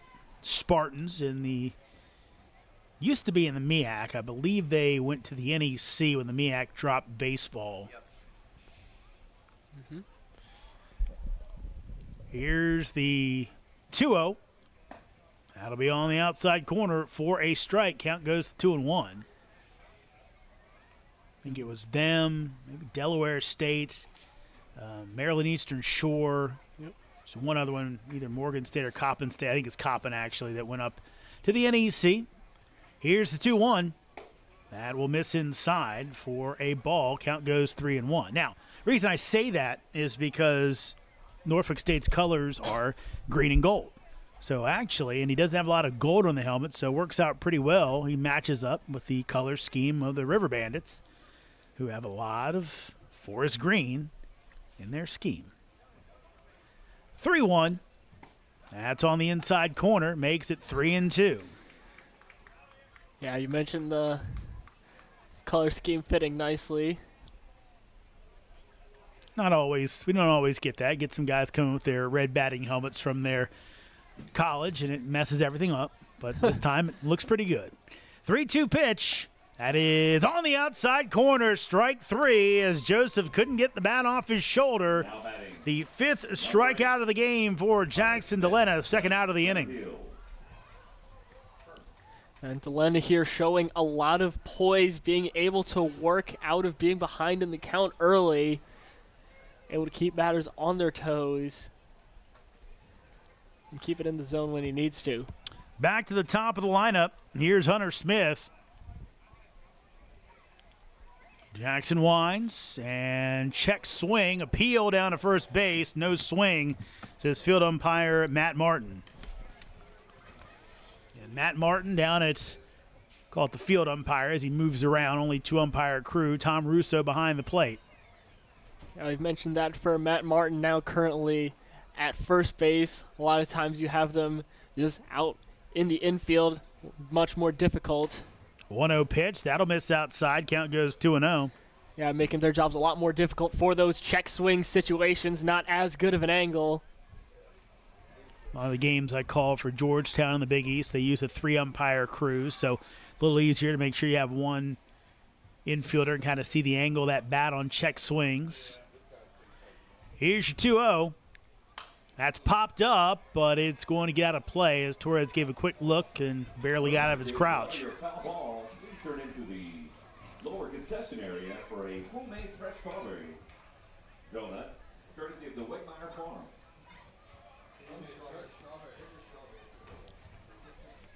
And Cannons take on Culpeper on Tuesday night. Then they'll be back on the road to take on Waynesboro on Wednesday. 2-1. Swing and a miss for strike two. Cannons after that go to Harrisonburg. So back-to-back long trips for Purcellville. And then on Friday night, they will welcome in Stanton. 7 o'clock start time. So tune us in either via the stream, as that misses up high for ball 3, or YouTube. Or if you're in person, come on out, catch a Valley League game. 12 different venues to watch Valley action. 2 of the projected top 10 picks in the upcoming MLB draft played in the Valley, so you'll see some very good ball. 3-2 rocked out to center field. Going back is Stewart. Will he run out of room? It'll be off the wall, so extra bases as Smith coming around. He's looking for 3. Good throw and safe at third base as Stewart uncorked one, but Smith too fast. He's on third base with a 2-out triple. Yeah, that's speed there from the center fielder. Outdoes a great throw from Stewart. Give some credit to him, but nonetheless, Smith able to beat it. So Mike Bocock was asking about something. I don't exactly know what. That was clearly bounced off the fencing. There's some banners out there as well. But of course, Mike Bocock, legend in the Valley League, so many championships, and he will definitely know the entire rule book and question the umpires just to make sure anytime he can. Ryan Story, left fielder, up, and he will take for a ball. Yeah, and as you mentioned, if you're in a position like Bocock, if you're an umpire being questioned, you almost sometimes have to doubt your own knowledge of the rule book. For being questioned by a veteran like Bocock. Whatever it was, he got a satisfactory response. Here's the 1-0. That's going to catch the outside corner for strike one, evens up the count. Story out of South Alabama. Jaguars, I believe their mascot is, in the Sun Belt. Hit only 143 this year as this misses outside. Count goes 2-1. Story, tough for him out of Alabama. Actually lives there. Was first team All-State Alabama as a junior. Only honorable mention as a senior. And we know with baseball, just played so many places and so many teams, you know. That's that little bit of a dip. You kind of have to wonder where did his fates go if those years had been reversed. Yeah, so much of baseball is 2-1, that's popped up. Britton goes over, but he runs out of room. He evens up the count at 2-2. So same baseball. So much of it is the right hitting at the right time. As you see that in a lot of leagues across the country in the playoffs. Not just that, just so many guys, and you see so much movement with the transfer portal, but JUCOs and guys going from D3 to D1. 2-2 pitch, and swung on and missed for strike 3. How about you, Jackson Delana, another strikeout, his 6th of the contest. He's doing pretty well. Hopefully the Cannons offense can pick it up. It's 4-1 as we head to the bottom of the 6th. Valley League Baseball is back, and the Purcellville Cannons would like to thank their sponsors for the 2023 season. Cannons Baseball is brought to you in part by Sonic Family Chiropractic, Western Loudon Chiropractic, T-Mobile, Banff Customs, Valley Drilling, Flowers Risk Group, Alamon Studio, Fuller Treasures, J.R. Snyder Limited Professional Plumbing Services, Joe Fleming Painting Contractors, Honest Tom's, Hero Homes, 5-Star Bath Solutions, Farm Credit, Epling Landscaping and Lawn Service Incorporated, Brian McDonald Edward Jones, Dental Smiles at Purcellville Gateway, DCF Contracting, Coalition to Salute America's Heroes, Prop Metcalf Services, Climactic Heating and Cooling, Chick-fil-A, Casco, Casa Tequila Bar and Grill, Carrington Homes, Caring Transitions, Burr Strength, Browning Equipment Incorporated, the Bob Canes Team, and Banshee Motor Cars Limited. The new pitcher on the hill for Woodstock, it's Moses Brown V. Brown from Newport News, Virginia, 6'1", 200-pound right-handed junior from the University of North Carolina, Pembroke. Brown does have one appearance on the season in the Valley. Got the win in the Riverbandits matchup against Newmarket on Friday night. Came on in relief, pitched 3 innings, allowed 1 hit, walked 1, struck out 1 over those 3 scoreless frames. And that's one of the things that, if I remember correctly, Jack, Mike Bocock does, especially early in the season. He'll kind of do the old piggyback where he'll take 2 starters and pitch one of them a certain amount and maybe throw a reliever in if the guy's struggling, just to get him out of the struggling frame and then bring the guy in on a fresh inning. But looks like they may be doing that again today. We'll see if the Cannons can get to Brown early on here. And if they are to do so, it would most likely be with Ryan Guida. Guida, Eichelberger, Knutson, your scheduled hitters here in the bottom of the 6th. Guida hits it the other way, but a little broken bat job, easily caught by Little at first base for out number 1.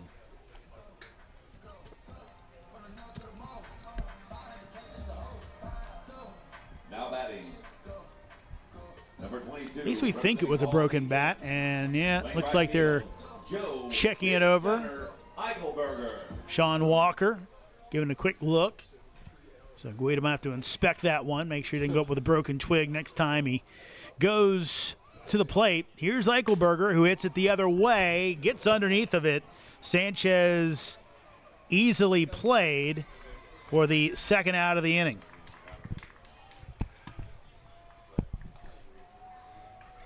And Brown here, when it comes to those 2 batters, that is about the best outcome you could possibly ask for. Yep. First pitch swinging both guys. Now batting, number 24. 2 pitches, 2 outs. Here comes Knutson.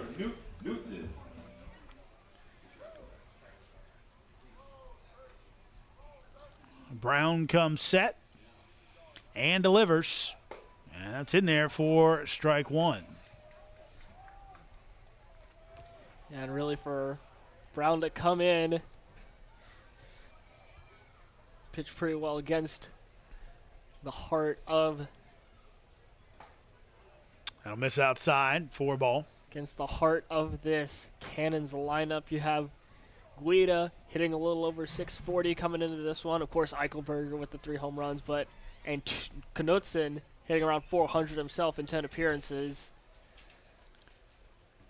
Here's your 1-1. That'll catch the inside corner for strike 2. 2 outs, 4-1 lead for Woodstock. Cannons have not scored since the first, and they brought in a run on a Mikey Brenton RBI groundout. Brown delivers the 1-2. Knutson up the box. Boyce charges, throws over, and gets him again. Another close play at first. Goes against the Cannons as Boyce throws him out at first. 3 up, 3 down goes Purcellville. After 6 complete, it's still Riverbandits 4, Cannons 1. Valley League Baseball is back, and the Purcellville Cannons would like to thank their sponsors for the 2023 season. Cannons Baseball is brought to you in part by Sonic Family Chiropractic, Western Loudon Chiropractic, T-Mobile, Banff Customs, Valley Drilling, Flowers Risk Group, Alamon Studio, Fuller Treasures, J.R. Snyder Limited Professional Plumbing Services, Joe Fleming Painting Contractors, Honest Tom's, Hero Homes, 5-Star Bath Solutions, Farm Credit, Epling Landscaping and Lawn Service Incorporated, Brian McDonald, Edward Jones, Dental Smiles at Purcellville Gateway, DCF Contracting, Coalition to Salute America's Heroes, Prop Metcalf Services, Climactic Heating and Cooling, Chick-fil-A, Casco, Casa Tequila Bar and Grill, Carrington Homes, Caring Transitions, Burr Strength, Browning Equipment Incorporated, the Bob Caines Team, and Banshee Motor Cars Limited.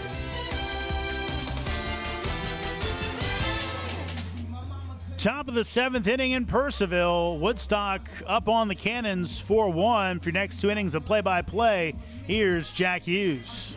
Thank you very much, Jeremy. Said new pitcher on the mound for these Cannons.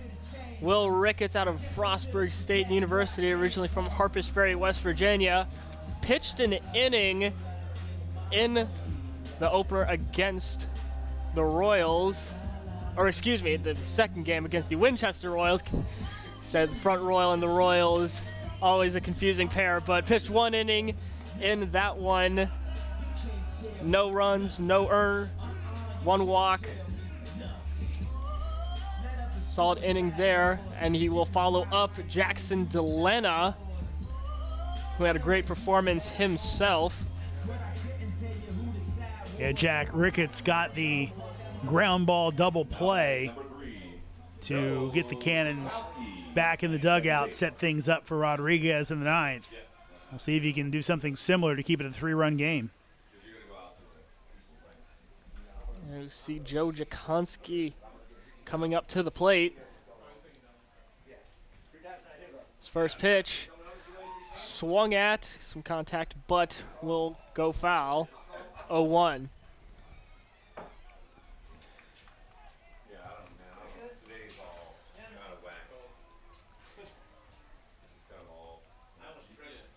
Ricketts throws and some hard hit, but again goes foul. Well over the netting. You see some kids in the stands going to get that one. Count is at 0-2.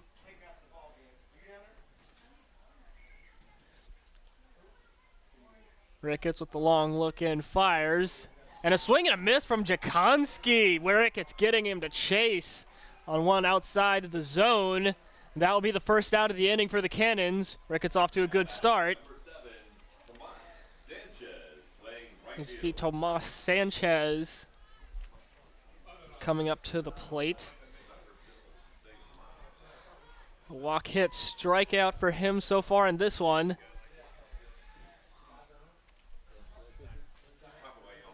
Ricketts winds up and delivers. Swing and a miss from Sanchez to start.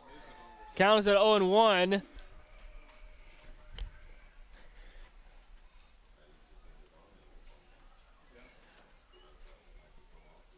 Cans with 1 out in the inning. Ricketts sets and fires. That one a bit outside. Ball 1.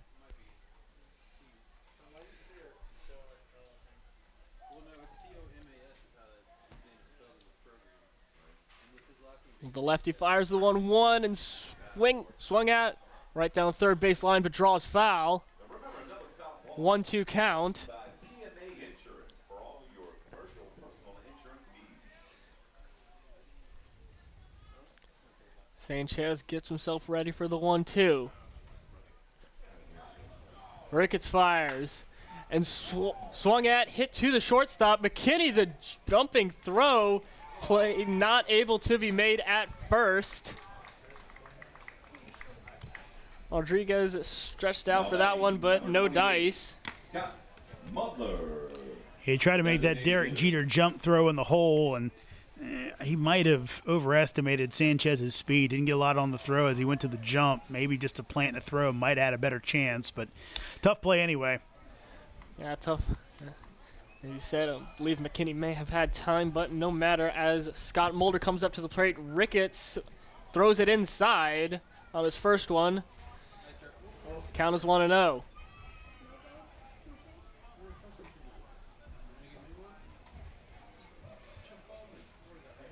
Ricketts delivers. Mulder looks at that one. Torres looking to make the throw to first base, but Sanchez is in time. Call that one a ball. Oh, excuse me. That one is inside for a ball. I thought that was over myself. Yeah, Tom Russo thinking differently. The 2-0 pitch hit into left center, but Booker able to make the diving throw, and that will be a double play. That is, yeah, Sanchez not even trying to go back on that one. That will end the inning. A weird double play. Woodstock leads 4-1. Valley League Baseball is back, and the Purcellville Cannons would like to thank their sponsors for the 2023 season. Cannons Baseball is brought to you in part by Sonic Family Chiropractic, Western Loudon Chiropractic, T-Mobile, Banff Customs, Valley Drilling, Flowers Risk Group, Alamon Studio, Fuller Treasures, J.R. Snyder Limited Professional Plumbing Services, Joe Fleming Painting Contractors, Honest Tom's, Hero Homes, 5-Star Bath Solutions, Farm Credit, Epling Landscaping and Lawn Service Incorporated, Brian McDonald Edward Jones, Dental Smiles at Purcellville Gateway, DCF Contracting, Coalition to Salute America's Heroes, Prop Metcalf Services, Climactic Heating and Cooling, Chick-fil-A, Casco, Casa Tequila Bar and Grill, Carrington Homes, Caring Transitions, Burr Strength, Browning Equipment Incorporated, the Bob Caines Team, and Banshee Motor Cars Limited. It's the bottom of the 7th here in historic Fireman's Field in Purcellville, Virginia. Moses Brown getting ready to pitch for the Woodstock Riverbandits, who are up 4-1. Cannons coming back up to the plate after a chaotic double play. Nakumba Booker making an excellent diving catch, and Sanchez not ready for it. Not able to run back. His first pitch to Jose Torres is swing and a miss for an 0-1 count. Yeah, it's you would think it maybe he lost it or didn't think Booker would catch it, but I think he actually lost track of the outs. Brown's second delivery is low for ball 1. Because the way he kind of looked at Mike Bocock, and almost, I think he put his hands to his head and said, wow, I thought that was 3. But yeah, he had no – it wasn't like he thought he was running full bore because he thought the ball was dropping in. Again delivers. Torres dipping out of the way of that one. That will be outside for ball 2. Head and count 2-1. As mentioned, good observation there, Jeremy. Definitely either way, a mental lapse from Sanchez. As Brown delivers. That one outside the zone, a little high for ball 3. Torres ahead in the count, 3-1.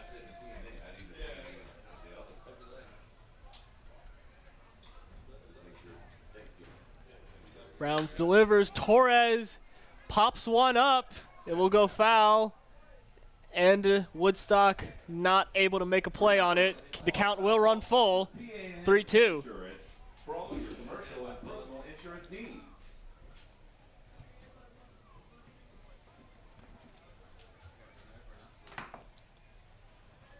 Torres again able to draw 4 walks on a couple games this season. The payoff pitch slammed into left center by Torres, and that will be a base hit. What a base knock by number. Tell you what, Jack, I think Woodstock's starting to have some trouble with the lights here, because that's multiple times where Story got a terrible jump on that ball. Looked like he just couldn't find it. So you have to wonder, will this come into play later? Hopefully Cannons might catch a break off that. Catching a break indeed with MJ Rodriguez coming off his first hit in this young season in his last at-bat. So you can continue that. Brown throws it low for ball 1. 92-mile-per-hour fastball delivery.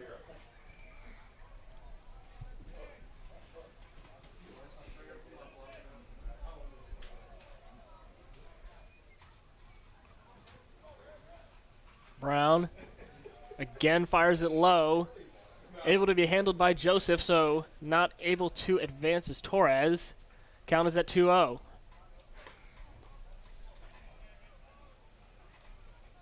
Big spot for Rodriguez. You have to wonder if he can get on base, whether Brett Fuller might start the wheels going with his bench. And some guys he can bring in for pinch hits. As Brown, big hit, sorry. Excuse me, as Brown looks to throw out Torres. Torres in time.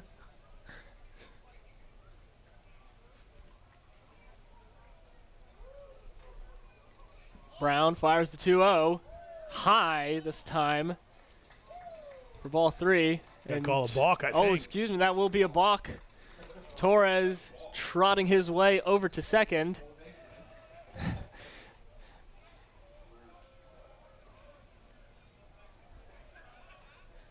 So it looks like we will do the 2-0 again.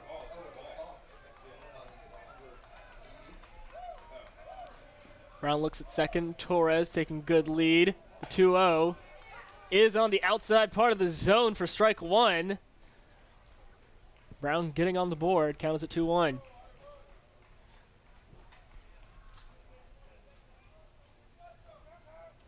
Brown looking back at Torres a couple times.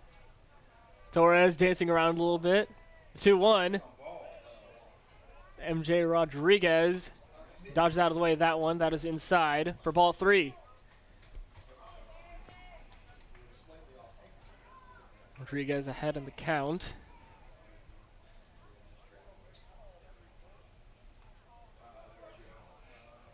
Brown fires. MJ Rodriguez will foul that one off in the direction of the grandstands. Torres is getting a heck of a big lead off of second base. You have to wonder, will Jakonski try to slide in behind him, maybe have Joseph throw it down?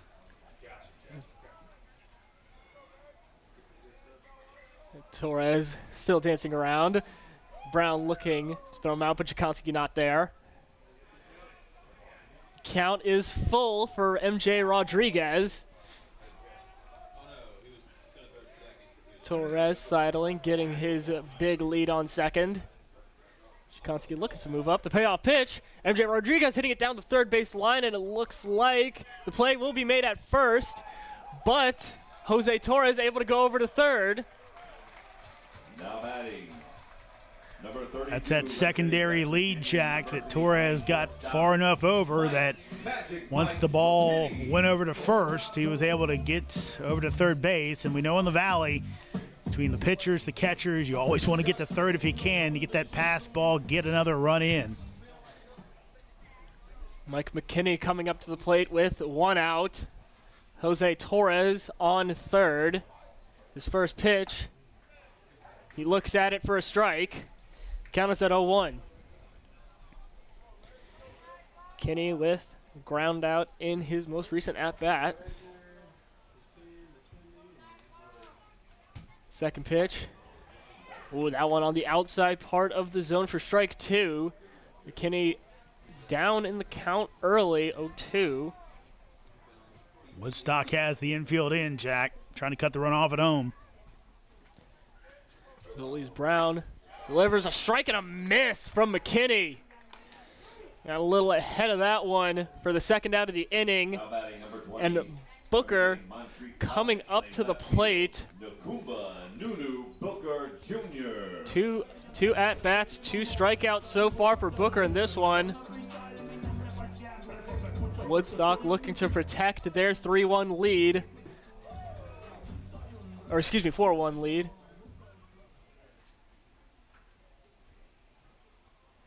First pitch from Brown. Hit to the third base line. Torres dodging out of the way. And the play is made at first. Nakumba Booker trying to leg that one out, but doesn't. Another goose egg for the Woodstock defense. They still lead 4-1. Valley League Baseball is back, and the Purcellville Cannons would like to thank their sponsors for the 2023 season. Cannons Baseball is brought to you in part by Sonic Family Chiropractic, Western Loudon Chiropractic, T-Mobile, Banff Customs, Valley Drilling, Flowers Risk Group, Alamon Studio, Fuller Treasures, J.R. Snyder Limited Professional Plumbing Services, Joe Fleming Painting Contractors, Honest Tom's, Hero Homes, 5-Star Bath Solutions, Farm Credit, Epling Landscaping and Lawn Service Incorporated, Brian McDonald, Edward Jones, Dental Smiles at Purcellville Gateway, DCF Contracting, Coalition to Salute America's Heroes, Prop Metcalf Services, Climactic Heating and Cooling, Chick-fil-A, Casco, Casa Tequila Bar and Grill, Carrington Homes, Caring Transitions, Burr Strength, Browning Equipment Incorporated, the Bob Caines Team, and Banshee Motor Cars Limited. And welcome back to historic Fireman's Field in Purcellville, Virginia. See Ricketts warming up, throwing to a new catcher, Brennan Hudson. No, I think he was just warming him up. Torres is back out there. Oh, Torres excuse on me. base. Yep. Excuse me. PA coming off now. Torres is back out. I tell you, Jack, it is confusing because most catchers will come out, they'll just wear the mask, maybe the shin guards. Hudson comes out in full gear if he's going to warm up the pitcher. Apologies as Brody Boyes coming up to the plate. 0 for 3 so far in this one. There you see Ricketts getting ready for his first pitch of the inning. Delivers that one outside for ball 1.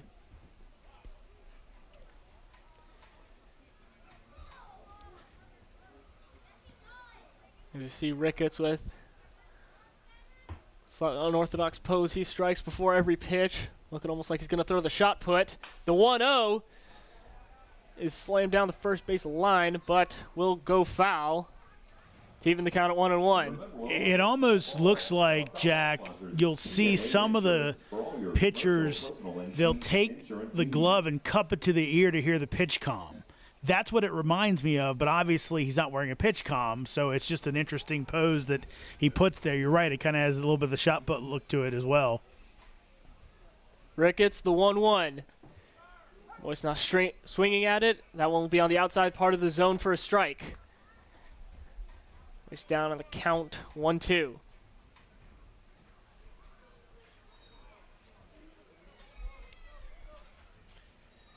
Ricketts, the 1-2. Hit to second base. McKinney, the running throw is made. Rodriguez with the catch. That will be the first out of the inning. Boyce not able to beat it out.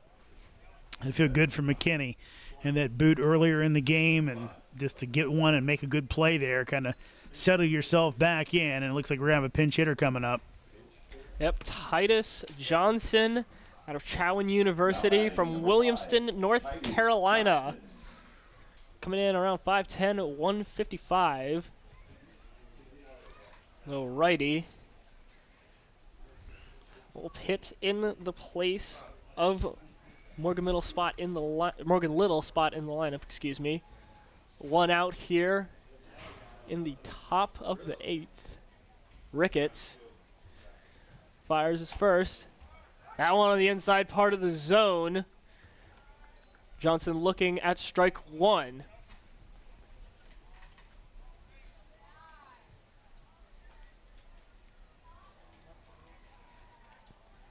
Ricketts delivers. That one low for ball 1. Johnson heading into an even count. Riverbandits with a 3-run lead. Ricketts fires inside, on the outside corner of the zone for strike 2. Johnson thought about swinging at it, but ended up looking.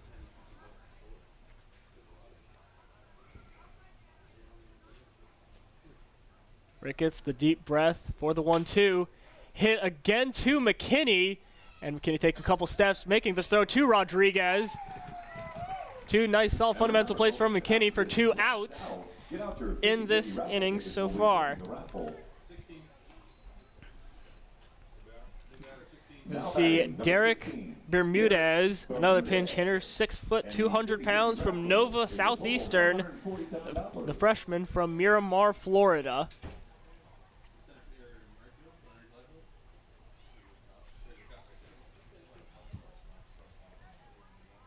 Ricketts throws outside for 1-0.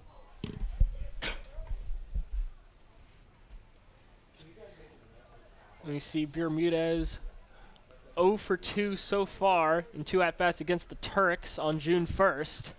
Ricketts throws the 1-0 and fired down the third base line, but draws foul again for 1-1.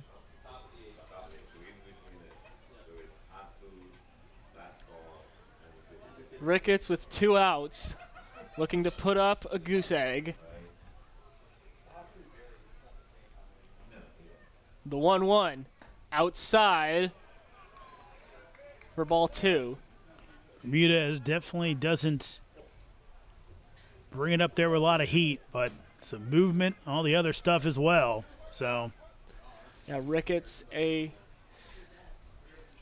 somewhat unorthodox. The 2-1 hit into left center. McKinney, shallow left center, and he will make the catch. 3 plays for Mike McKinney in the top of the 8th. 3 retired, but Woodstock still leads 4-1. Valley League Baseball is back, and the Purcellville Cannons would like to thank their sponsors for the 2023 season.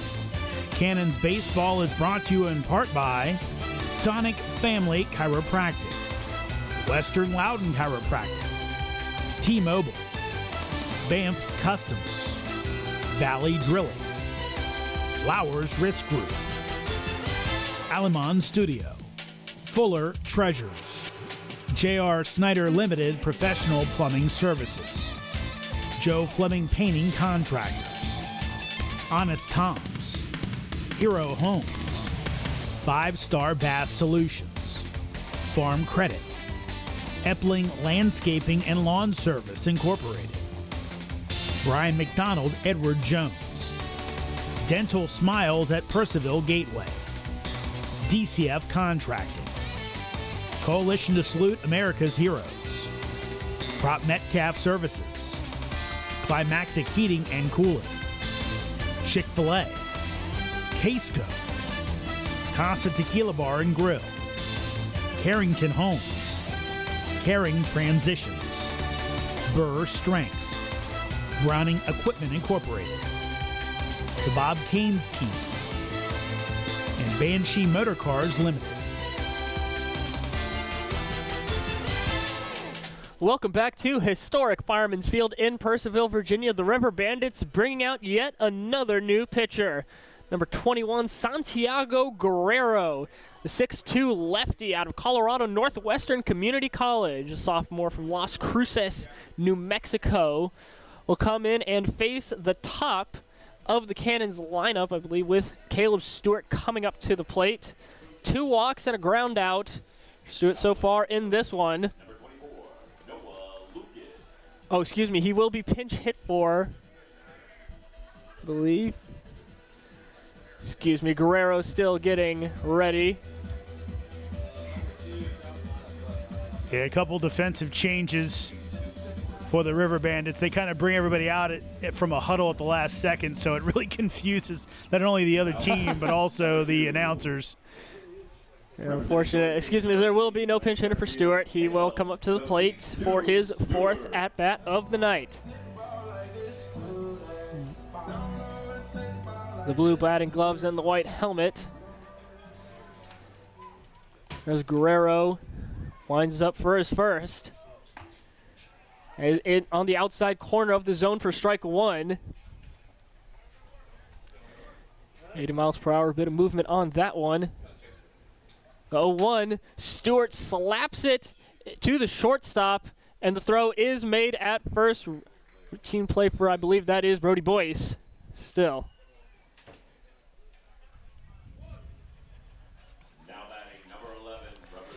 And Mikey Brinton up to the plate with the RBI ground out in the first. Got slapped by a pitch in the second.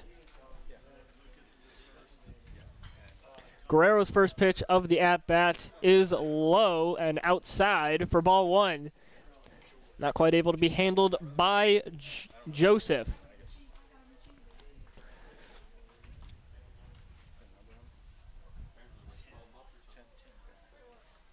Guerrero gets it down Broadway for strike 1. Count is even, 1-1, 1 out here in the bottom of the 8th.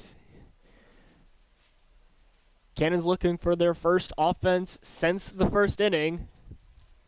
Guerrero fires, and Brinton with a huge hit into center field. That will be at the wall, and that play is not able to be made by the center fielder. Brinton goes to second, thinks about third, thinks better of it. Stand-up double for Mikey Brinton.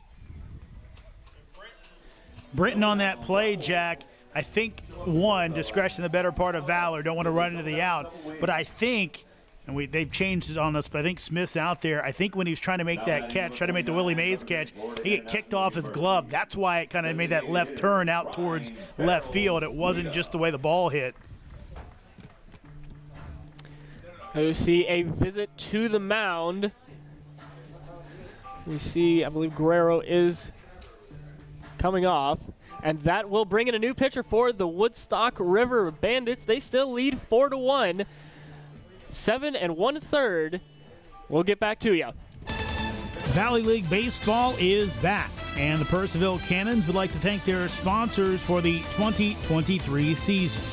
Cannons Baseball is brought to you in part by Sonic Family Chiropractic, Western Loudon Chiropractic, T-Mobile, Banff Customs, Valley Drilling, Flowers Risk Group, Alamon Studio, Fuller Treasures, J.R. Snyder Limited Professional Plumbing Services, Joe Fleming Painting Contractors, Honest Tom's, Hero Homes, 5-Star Bath Solutions, Farm Credit, Epling Landscaping and Lawn Service Incorporated, Brian McDonald, Edward Jones, Dental Smiles at Purcellville Gateway, DCF Contracting, Coalition to Salute America's Heroes, Prop Metcalf Services, Climactic Heating and Cooling, Chick-fil-A, Casco, Casa Tequila Bar and Grill, Carrington Homes, Caring Transitions, Burr Strength, Browning Equipment Incorporated, the Bob Caines Team, and Banshee Motor Cars Limited. And welcome back to historic Fireman's Field in Purcellville, Virginia. Another new pitcher for the Woodstock Riverbandits. Josh Nielsen, the 6'4" righty, senior from Messiah College. Hometown Womelsdorf, Pennsylvania. Will come in so far this season. 1 appearance, 2 innings pitched. No strikeouts, no walks in the opener against the Turks. Ryan Guida up to the plate.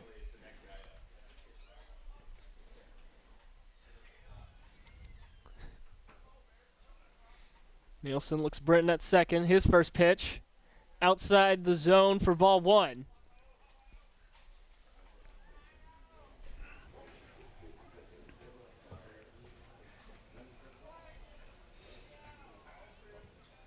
Nielsen, his 1-0.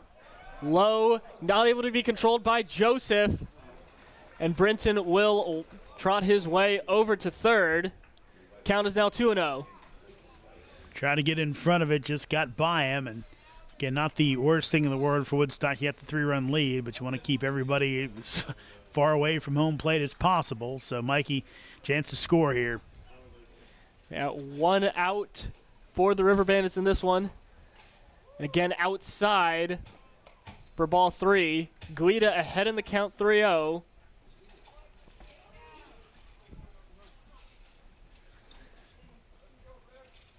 Not had so low.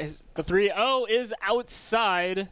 No swing from Guida, so he will walk over to first with Eichelberger up to the plate with runners on the corners. Although again, 0 for 3 so far in this one, 2 strikeouts. Again, always want to be afraid of Eichelberger. 3 home runs so far this season. Nielsen, his first.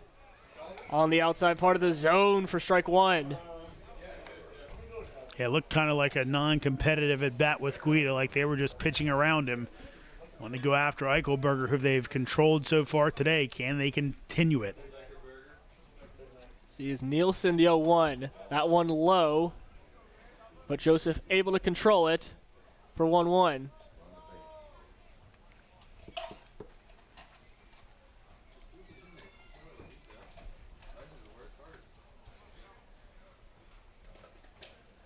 A defensive battle, no runs since the top of the third. Nielsen delivers the 1-1.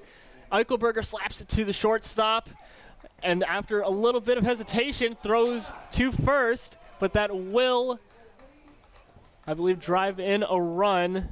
Mikey Brinton gets his way home, so a productive out for Eichelberger. Guida at second. That's another real close play at second base. Looked like he was thought double play first, then didn't have it, then had to quickly change his direction, get it to first, get an out, but a run does score. And Knutson hits it to second base, and that will be your third out of the inning on his first pitch. Nielsen celebrating that one. And after 8 innings, the Cannons close it to a little bit. Woodstock still leads 4-2. Valley League Baseball is back, and the Purcellville Cannons would like to thank their sponsors for the 2023 season. Cannons Baseball is brought to you in part by Sonic Family Chiropractic, Western Loudon Chiropractic, T-Mobile, Banff Customs, Valley Drilling, Flowers Risk Group, Alamon Studio, Fuller Treasures, J.R. Snyder Limited Professional Plumbing Services, Joe Fleming Painting Contractors, Honest Tom's, Hero Homes, 5-Star Bath Solutions, Farm Credit, Epling Landscaping and Lawn Service Incorporated, Brian McDonald Edward Jones, Dental Smiles at Purcellville Gateway, DCF Contracting, Coalition to Salute America's Heroes, Prop Metcalf Services, Climactic Heating and Cooling, Chick-fil-A, Casco, Casa Tequila Bar and Grill, Carrington Homes, Caring Transitions, Burr Strength, Browning Equipment Incorporated, the Bob Canes Team, and Banshee Motor Cars Limited. And welcome back to historic Fireman's Field in Purcellville, Virginia. Well, I've had some time, but for the climactic ninth inning, here's the Georgetown man himself, Jeremy Huber. Thank you much, Jack. It'll be another inning of Ricketts. And even if the Cannons do not come back, I think Brett Fuller will be happy with getting through this game against a pretty good Woodstock team with only 4 pitchers. Ricketts getting through the first 2 innings with the minimum, as that will go way outside to Dominic Joseph. Joseph so far tonight, 2 for 3, pair of singles and a strikeout. Now Ricketts with a great opportunity here. Really help the Cannons get back into this one. 4-2 score, Woodstock on top. That's fouled away by Joseph. Again, Ricketts out of Frostburg State, Division II program. It's one of the things that's kind of cool about the Valley. You get that mix all the way from D1 all the way down to the low levels of JUCO, NAIA, D2, D3. That'll miss outside, so count goes 2-1. Yeah, and it's very nice to see, just at all those levels on an equal playing field. I think a lot of people have this idea of sort of the hierarchy, but you get a lot of great guys. 2-0. That's hit up the middle, but played well by Knudsen. Gets the throw over, and it is not dug out of the dirt by Rodriguez. On safely will be Joseph with his 3rd hit of the ball game. Good job by Knudsen. Was playing him right up the middle, but he almost slipped as he threw it over. Didn't get all that much on the throw, and Rodriguez couldn't dig it out of the dirt.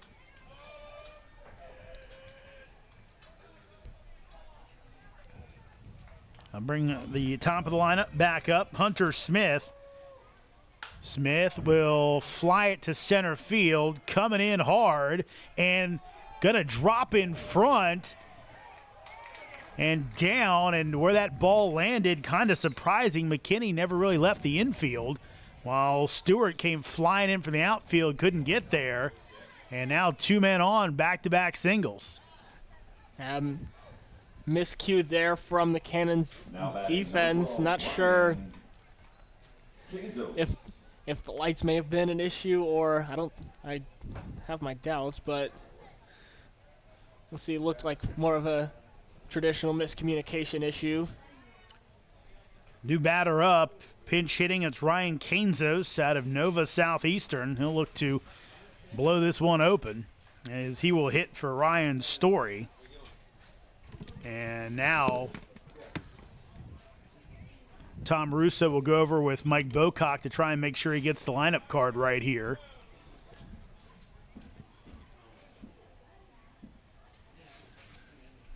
And a long conversation here. And they're still talking about it. Trying to figure out exactly what happened. Because we did get 2 pinch hitters last inning. Johnson came on, as did Bermudez. And whatever the issue was with the scorecard has now been fixed. So it'll be Ryan Kainzos out of Nova Southeastern. Hit .235 for the Sharks this year, 7 RBI.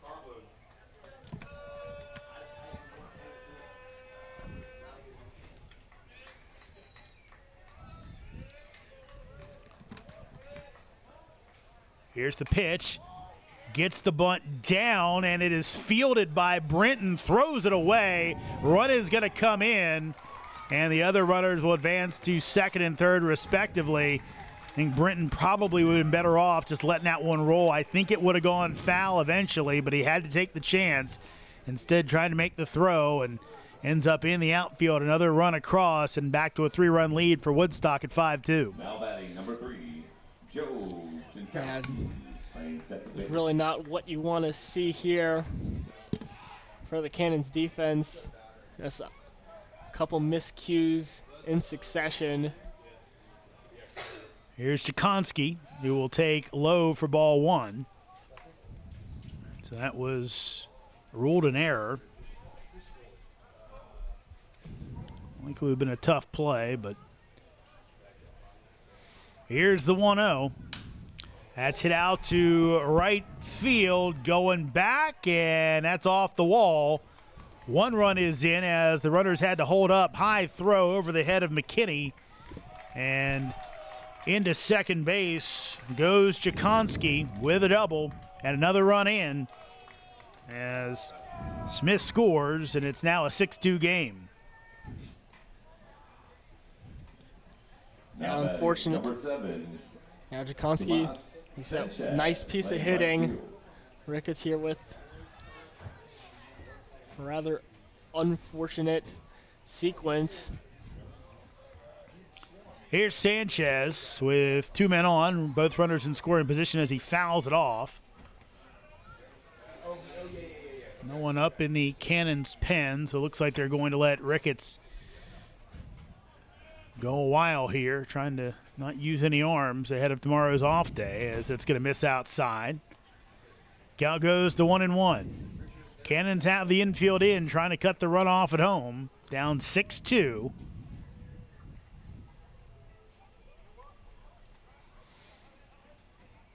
Here's the 1-1.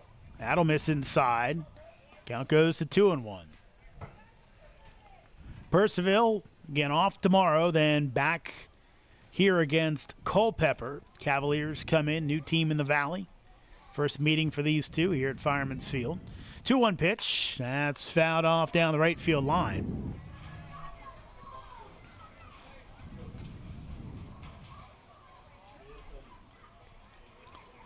So count goes even at 2-2.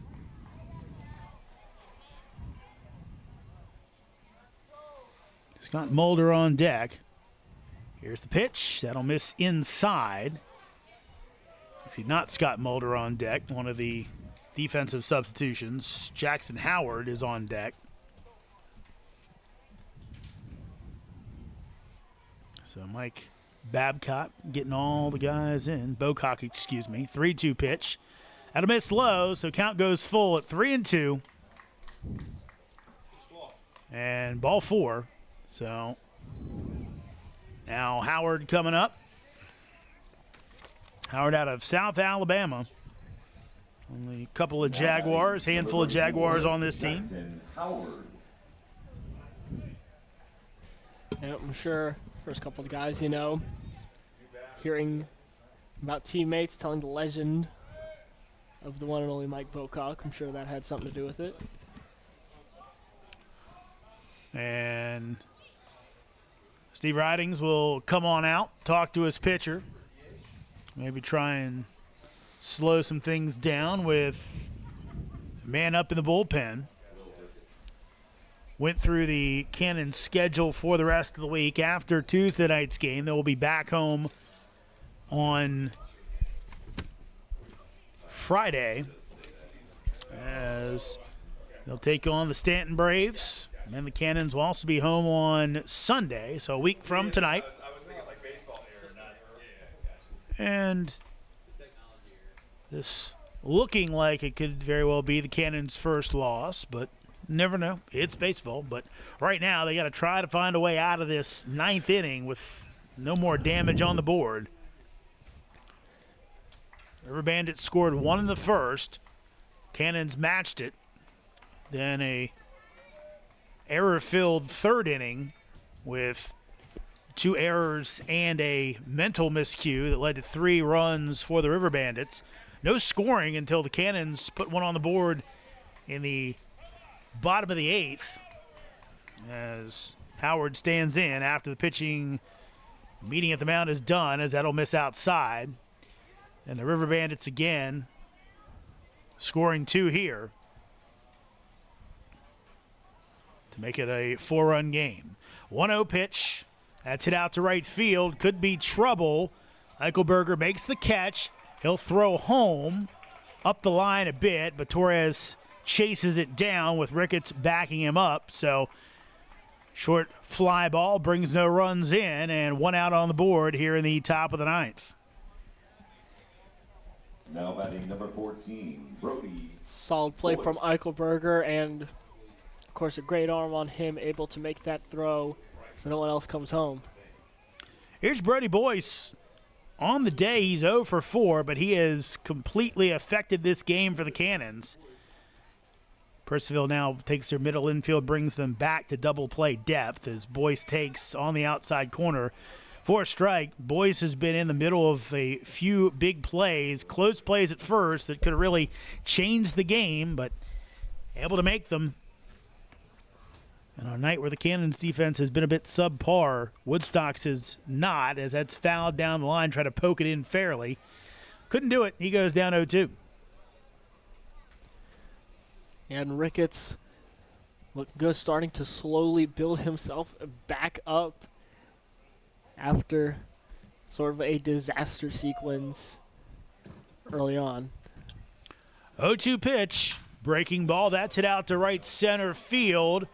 Going over into the gap, and Stewart can't make the catch. Off his glove, 1 run comes in as he gets it into second base. No chance to step on the bag for McKinney.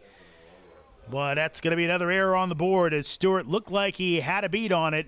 Bangs off the glove. Another run in makes it Woodstock 7-2. Now batting number 24, Noah Lucas.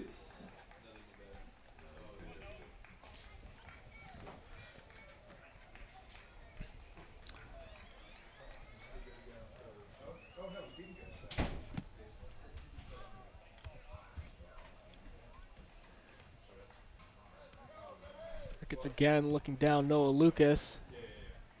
Here's the pitch to Lucas, who'll pop it up. Torres gives chase. It will get out of play. Lucas came on as a defensive replacement as Johnson was the pinch hitter last inning. He grounded out. Lucas came on as the defensive replacement. Now he gets his turn at bat.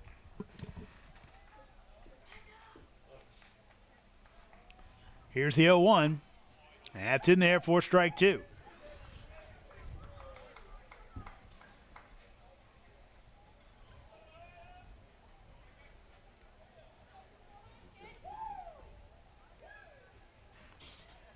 O2 pitch. That's fouled off his foot. Bases still loaded with Riverbandits. Jakonski is at third. Sanchez at second.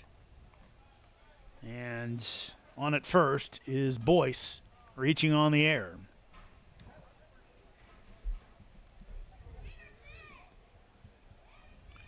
O2 pitch. That's hit to third base. It's past Brenton. 1 run is in as Sanchez will hold up at third. RBI single for Lucas. Add another one on. It's 8-2 Riverbandits with 4 here in the top of the 9th.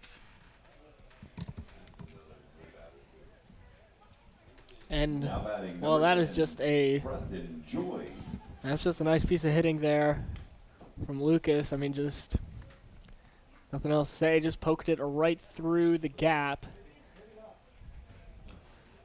And looks like we're going to have a pitching change. We'll let you know who it is after this. Cannons trailing now 8-2 here in the top of the 9th inning. Valley League Baseball is back, and the Purcellville Cannons would like to thank their sponsors for the 2023 season. Cannons Baseball is brought to you in part by Sonic Family Chiropractic, Western Loudon Chiropractic, T-Mobile, Banff Customs, Valley Drilling, Flowers Risk Group, Alamon Studio, Fuller Treasures, J.R. Snyder Limited Professional Plumbing Services, Joe Fleming Painting Contractors, Honest Tom's, Hero Homes, 5-Star Bath Solutions, Farm Credit, Epling Landscaping and Lawn Service Incorporated, Brian McDonald Edward Jones, Dental Smiles at Purcellville Gateway, DCF Contracting, Coalition to Salute America's Heroes, Prop Metcalf Services, Climactic Heating and Cooling, Chick-fil-A, Caseco, Casa Tequila Bar and Grill, Carrington Homes, Caring Transitions, Burr Strength, Browning Equipment Incorporated, the Bob Canes Team, and Banshee Motor Cars Limited. Welcome back to Fireman's Field. Alberto McCarthy on to try and put out the fire. 1 out, 4 in already for Woodstock here in the top of the 9th inning, making an 8-2 score. McCarthy, 1 appearance so far for the Cannons this season. On Friday night against Winchester, he pitched 1 1/3 innings, allowed just 1 hit, walked 1, struck out 4. Facing 7 batters. He will look to keep a scoreless frame for both himself and no more for Ricketts, as he's on in relief here, trying to get the Cannons back into the dugout, take one last crack at it. Down 6 currently, could end up being more. Here's Preston Joy. Joy came on as a defensive replacement after Bermudez was the pinch hitter in this spot last inning. McCarthy delivers. That misses up high for ball 1. McCarthy, 6'4", 230-pound senior out of Erskine College. 1-0. That'll miss inside for ball 2.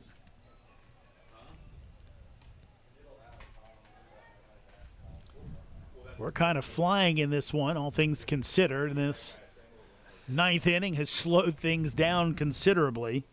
It's the 9th batter of the inning for Woodstock.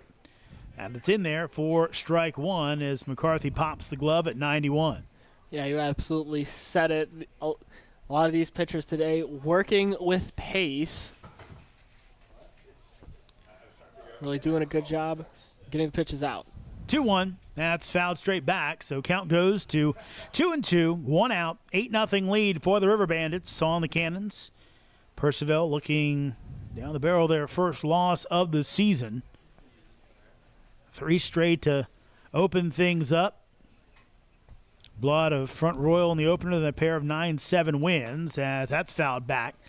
Victories against Winchester on Friday and last night against Strasburg. And we've kind of seen it in the first and the third win. Pretty good defense. Winchester game, not great defense, as that breaking ball swung on and missed by Joy for out number 2.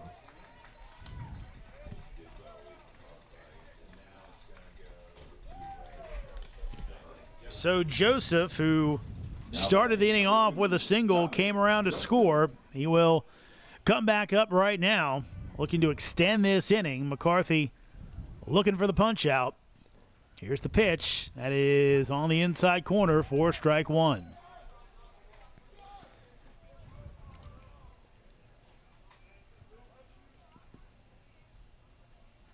Yeah. 3-hit night for Joseph. Trio of singles, a 1 pitch. That's in the dirt.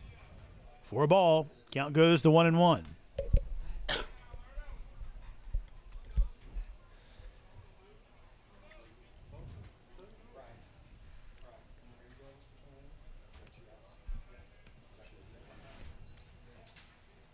McCarthy's pitch misses inside. Count goes to 2-1.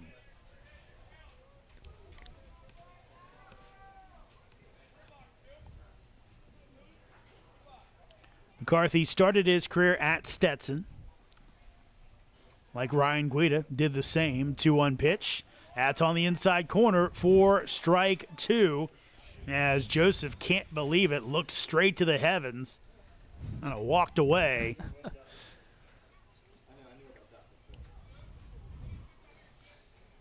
2-2 pitch. Breaking ball just misses.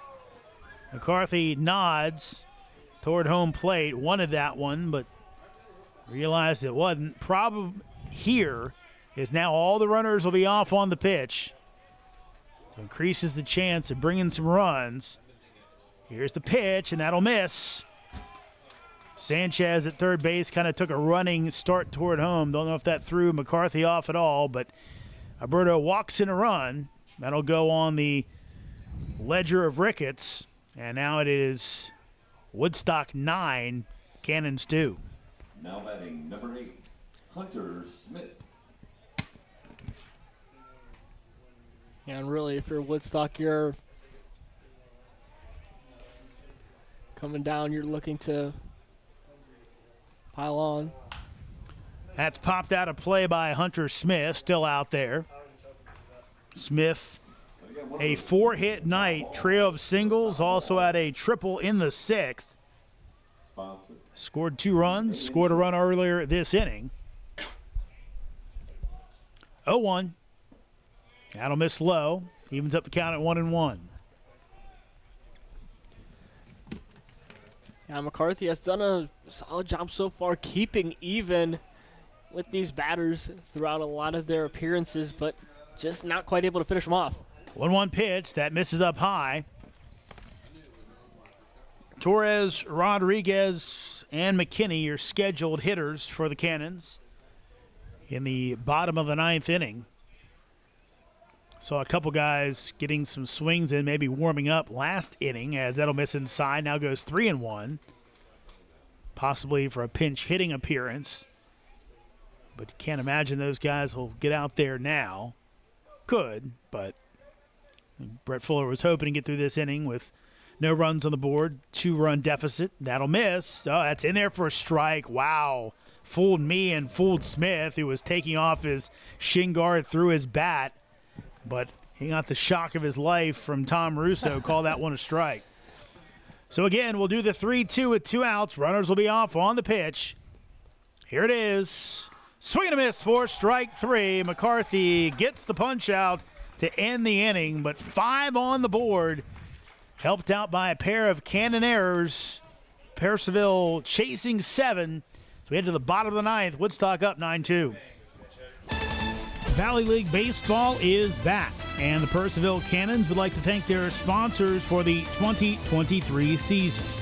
Cannons Baseball is brought to you in part by Sonic Family Chiropractic, Western Loudon Chiropractic, T-Mobile, Banff Customs, Valley Drilling, Flowers Risk Group, Alamon Studio, Fuller Treasures, J.R. Snyder Limited Professional Plumbing Services, Joe Fleming Painting Contractors, Honest Tom's, Hero Homes, 5-Star Bath Solutions, Farm Credit, Epling Landscaping and Lawn Service Incorporated, Brian McDonald Edward Jones, Dental Smiles at Purcellville Gateway, DCF Contracting, Coalition to Salute America's Heroes, Prop Metcalf Services, Climactic Heating and Cooling, Chick-fil-A,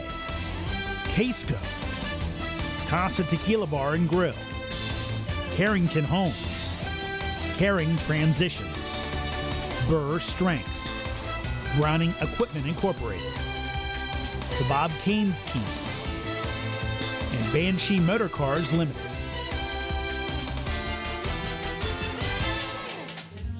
New pitcher on is Bear Bowers out of Randolph-Macon College. 5'10", 160-pound right-hander from Devon, Pennsylvania. We'll look to finish this one off as the Cannons will schedule to bring the bottom of the order up, but I think Brett Fuller might be emptying the bench, trying to find a little spark after just 2 runs tonight. Cannons, before this, their lowest output of the season was 9, did it a pair of times, but they've been held in check by the Woodstock pitchers tonight. Yeah, and I think Ryan Reed, even though he will not be credited with the win in this one, did a fantastic job, setting the tone, and then everybody else just kind of followed, showing that, okay, yeah, Michael Burgers hit 3 home runs, but I'll go right at him anyways. And so setting the tone for Rogers, for Brown, for Guerrero, for Nielsen, and now for Bowers. So Ryan Liss will come up as a pinch hitter for Jose Torres. Number 8, Ryan Liss, representing Basin College. And looks like Aiden McDonald on deck, hero of last night's win.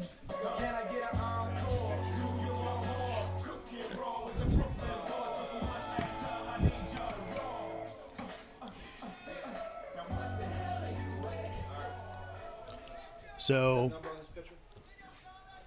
number 9, Bear Bowers. Here's the pitch. And swing and a miss by Liss for strike 1. Yeah, Liss currently looking at 0 for 3 so far. Had 3 at-bats in the June 3rd game against the Express. Here's the 0-1. Swing and a miss for strike 2.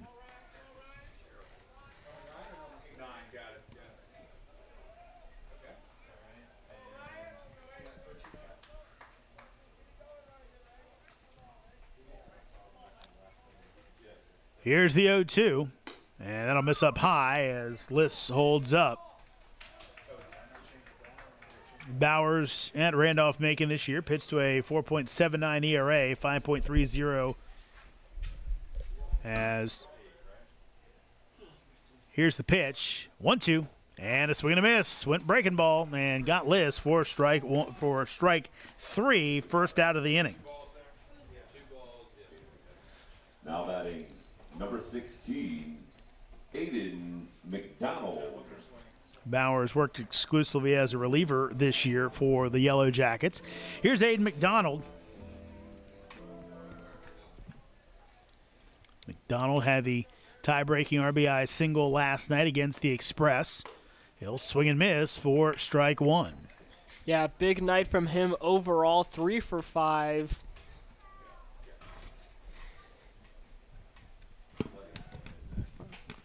Bowers comes set and delivers. McDonald hits it the other way. And Sanchez makes the easy grab out in right field. For out number 2, Cannons down to their last out. Now batting number 28, representing Georgia State University, Brennan Hudson. Another pinch hitter for McKinney will be Brennan Hudson. Hudson started the game against Winchester for the then injured Jose Torres. Here's the pitch as Hudson foul tips it. Dropped on the catch by Joseph, but it's strike 1.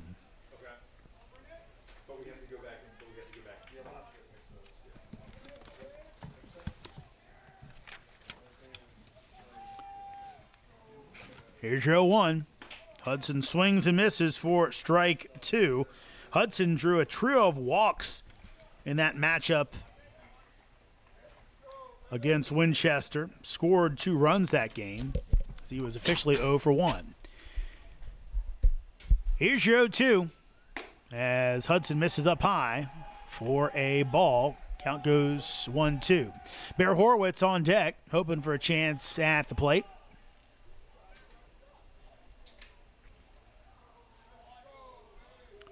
Bowers delivers as Hudson swings and tag applied by Joseph. And that's your ball game.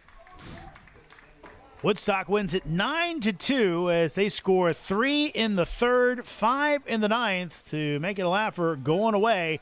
Totals in this one, Riverbandits 9 runs, 13 hits, 1 error. Cannons 2 runs, 4 hits, and 4 critical errors as Purcellville suffers their first loss of the season. For Jack Hughes, I'm Jeremy Hubert saying so long from Purcellville.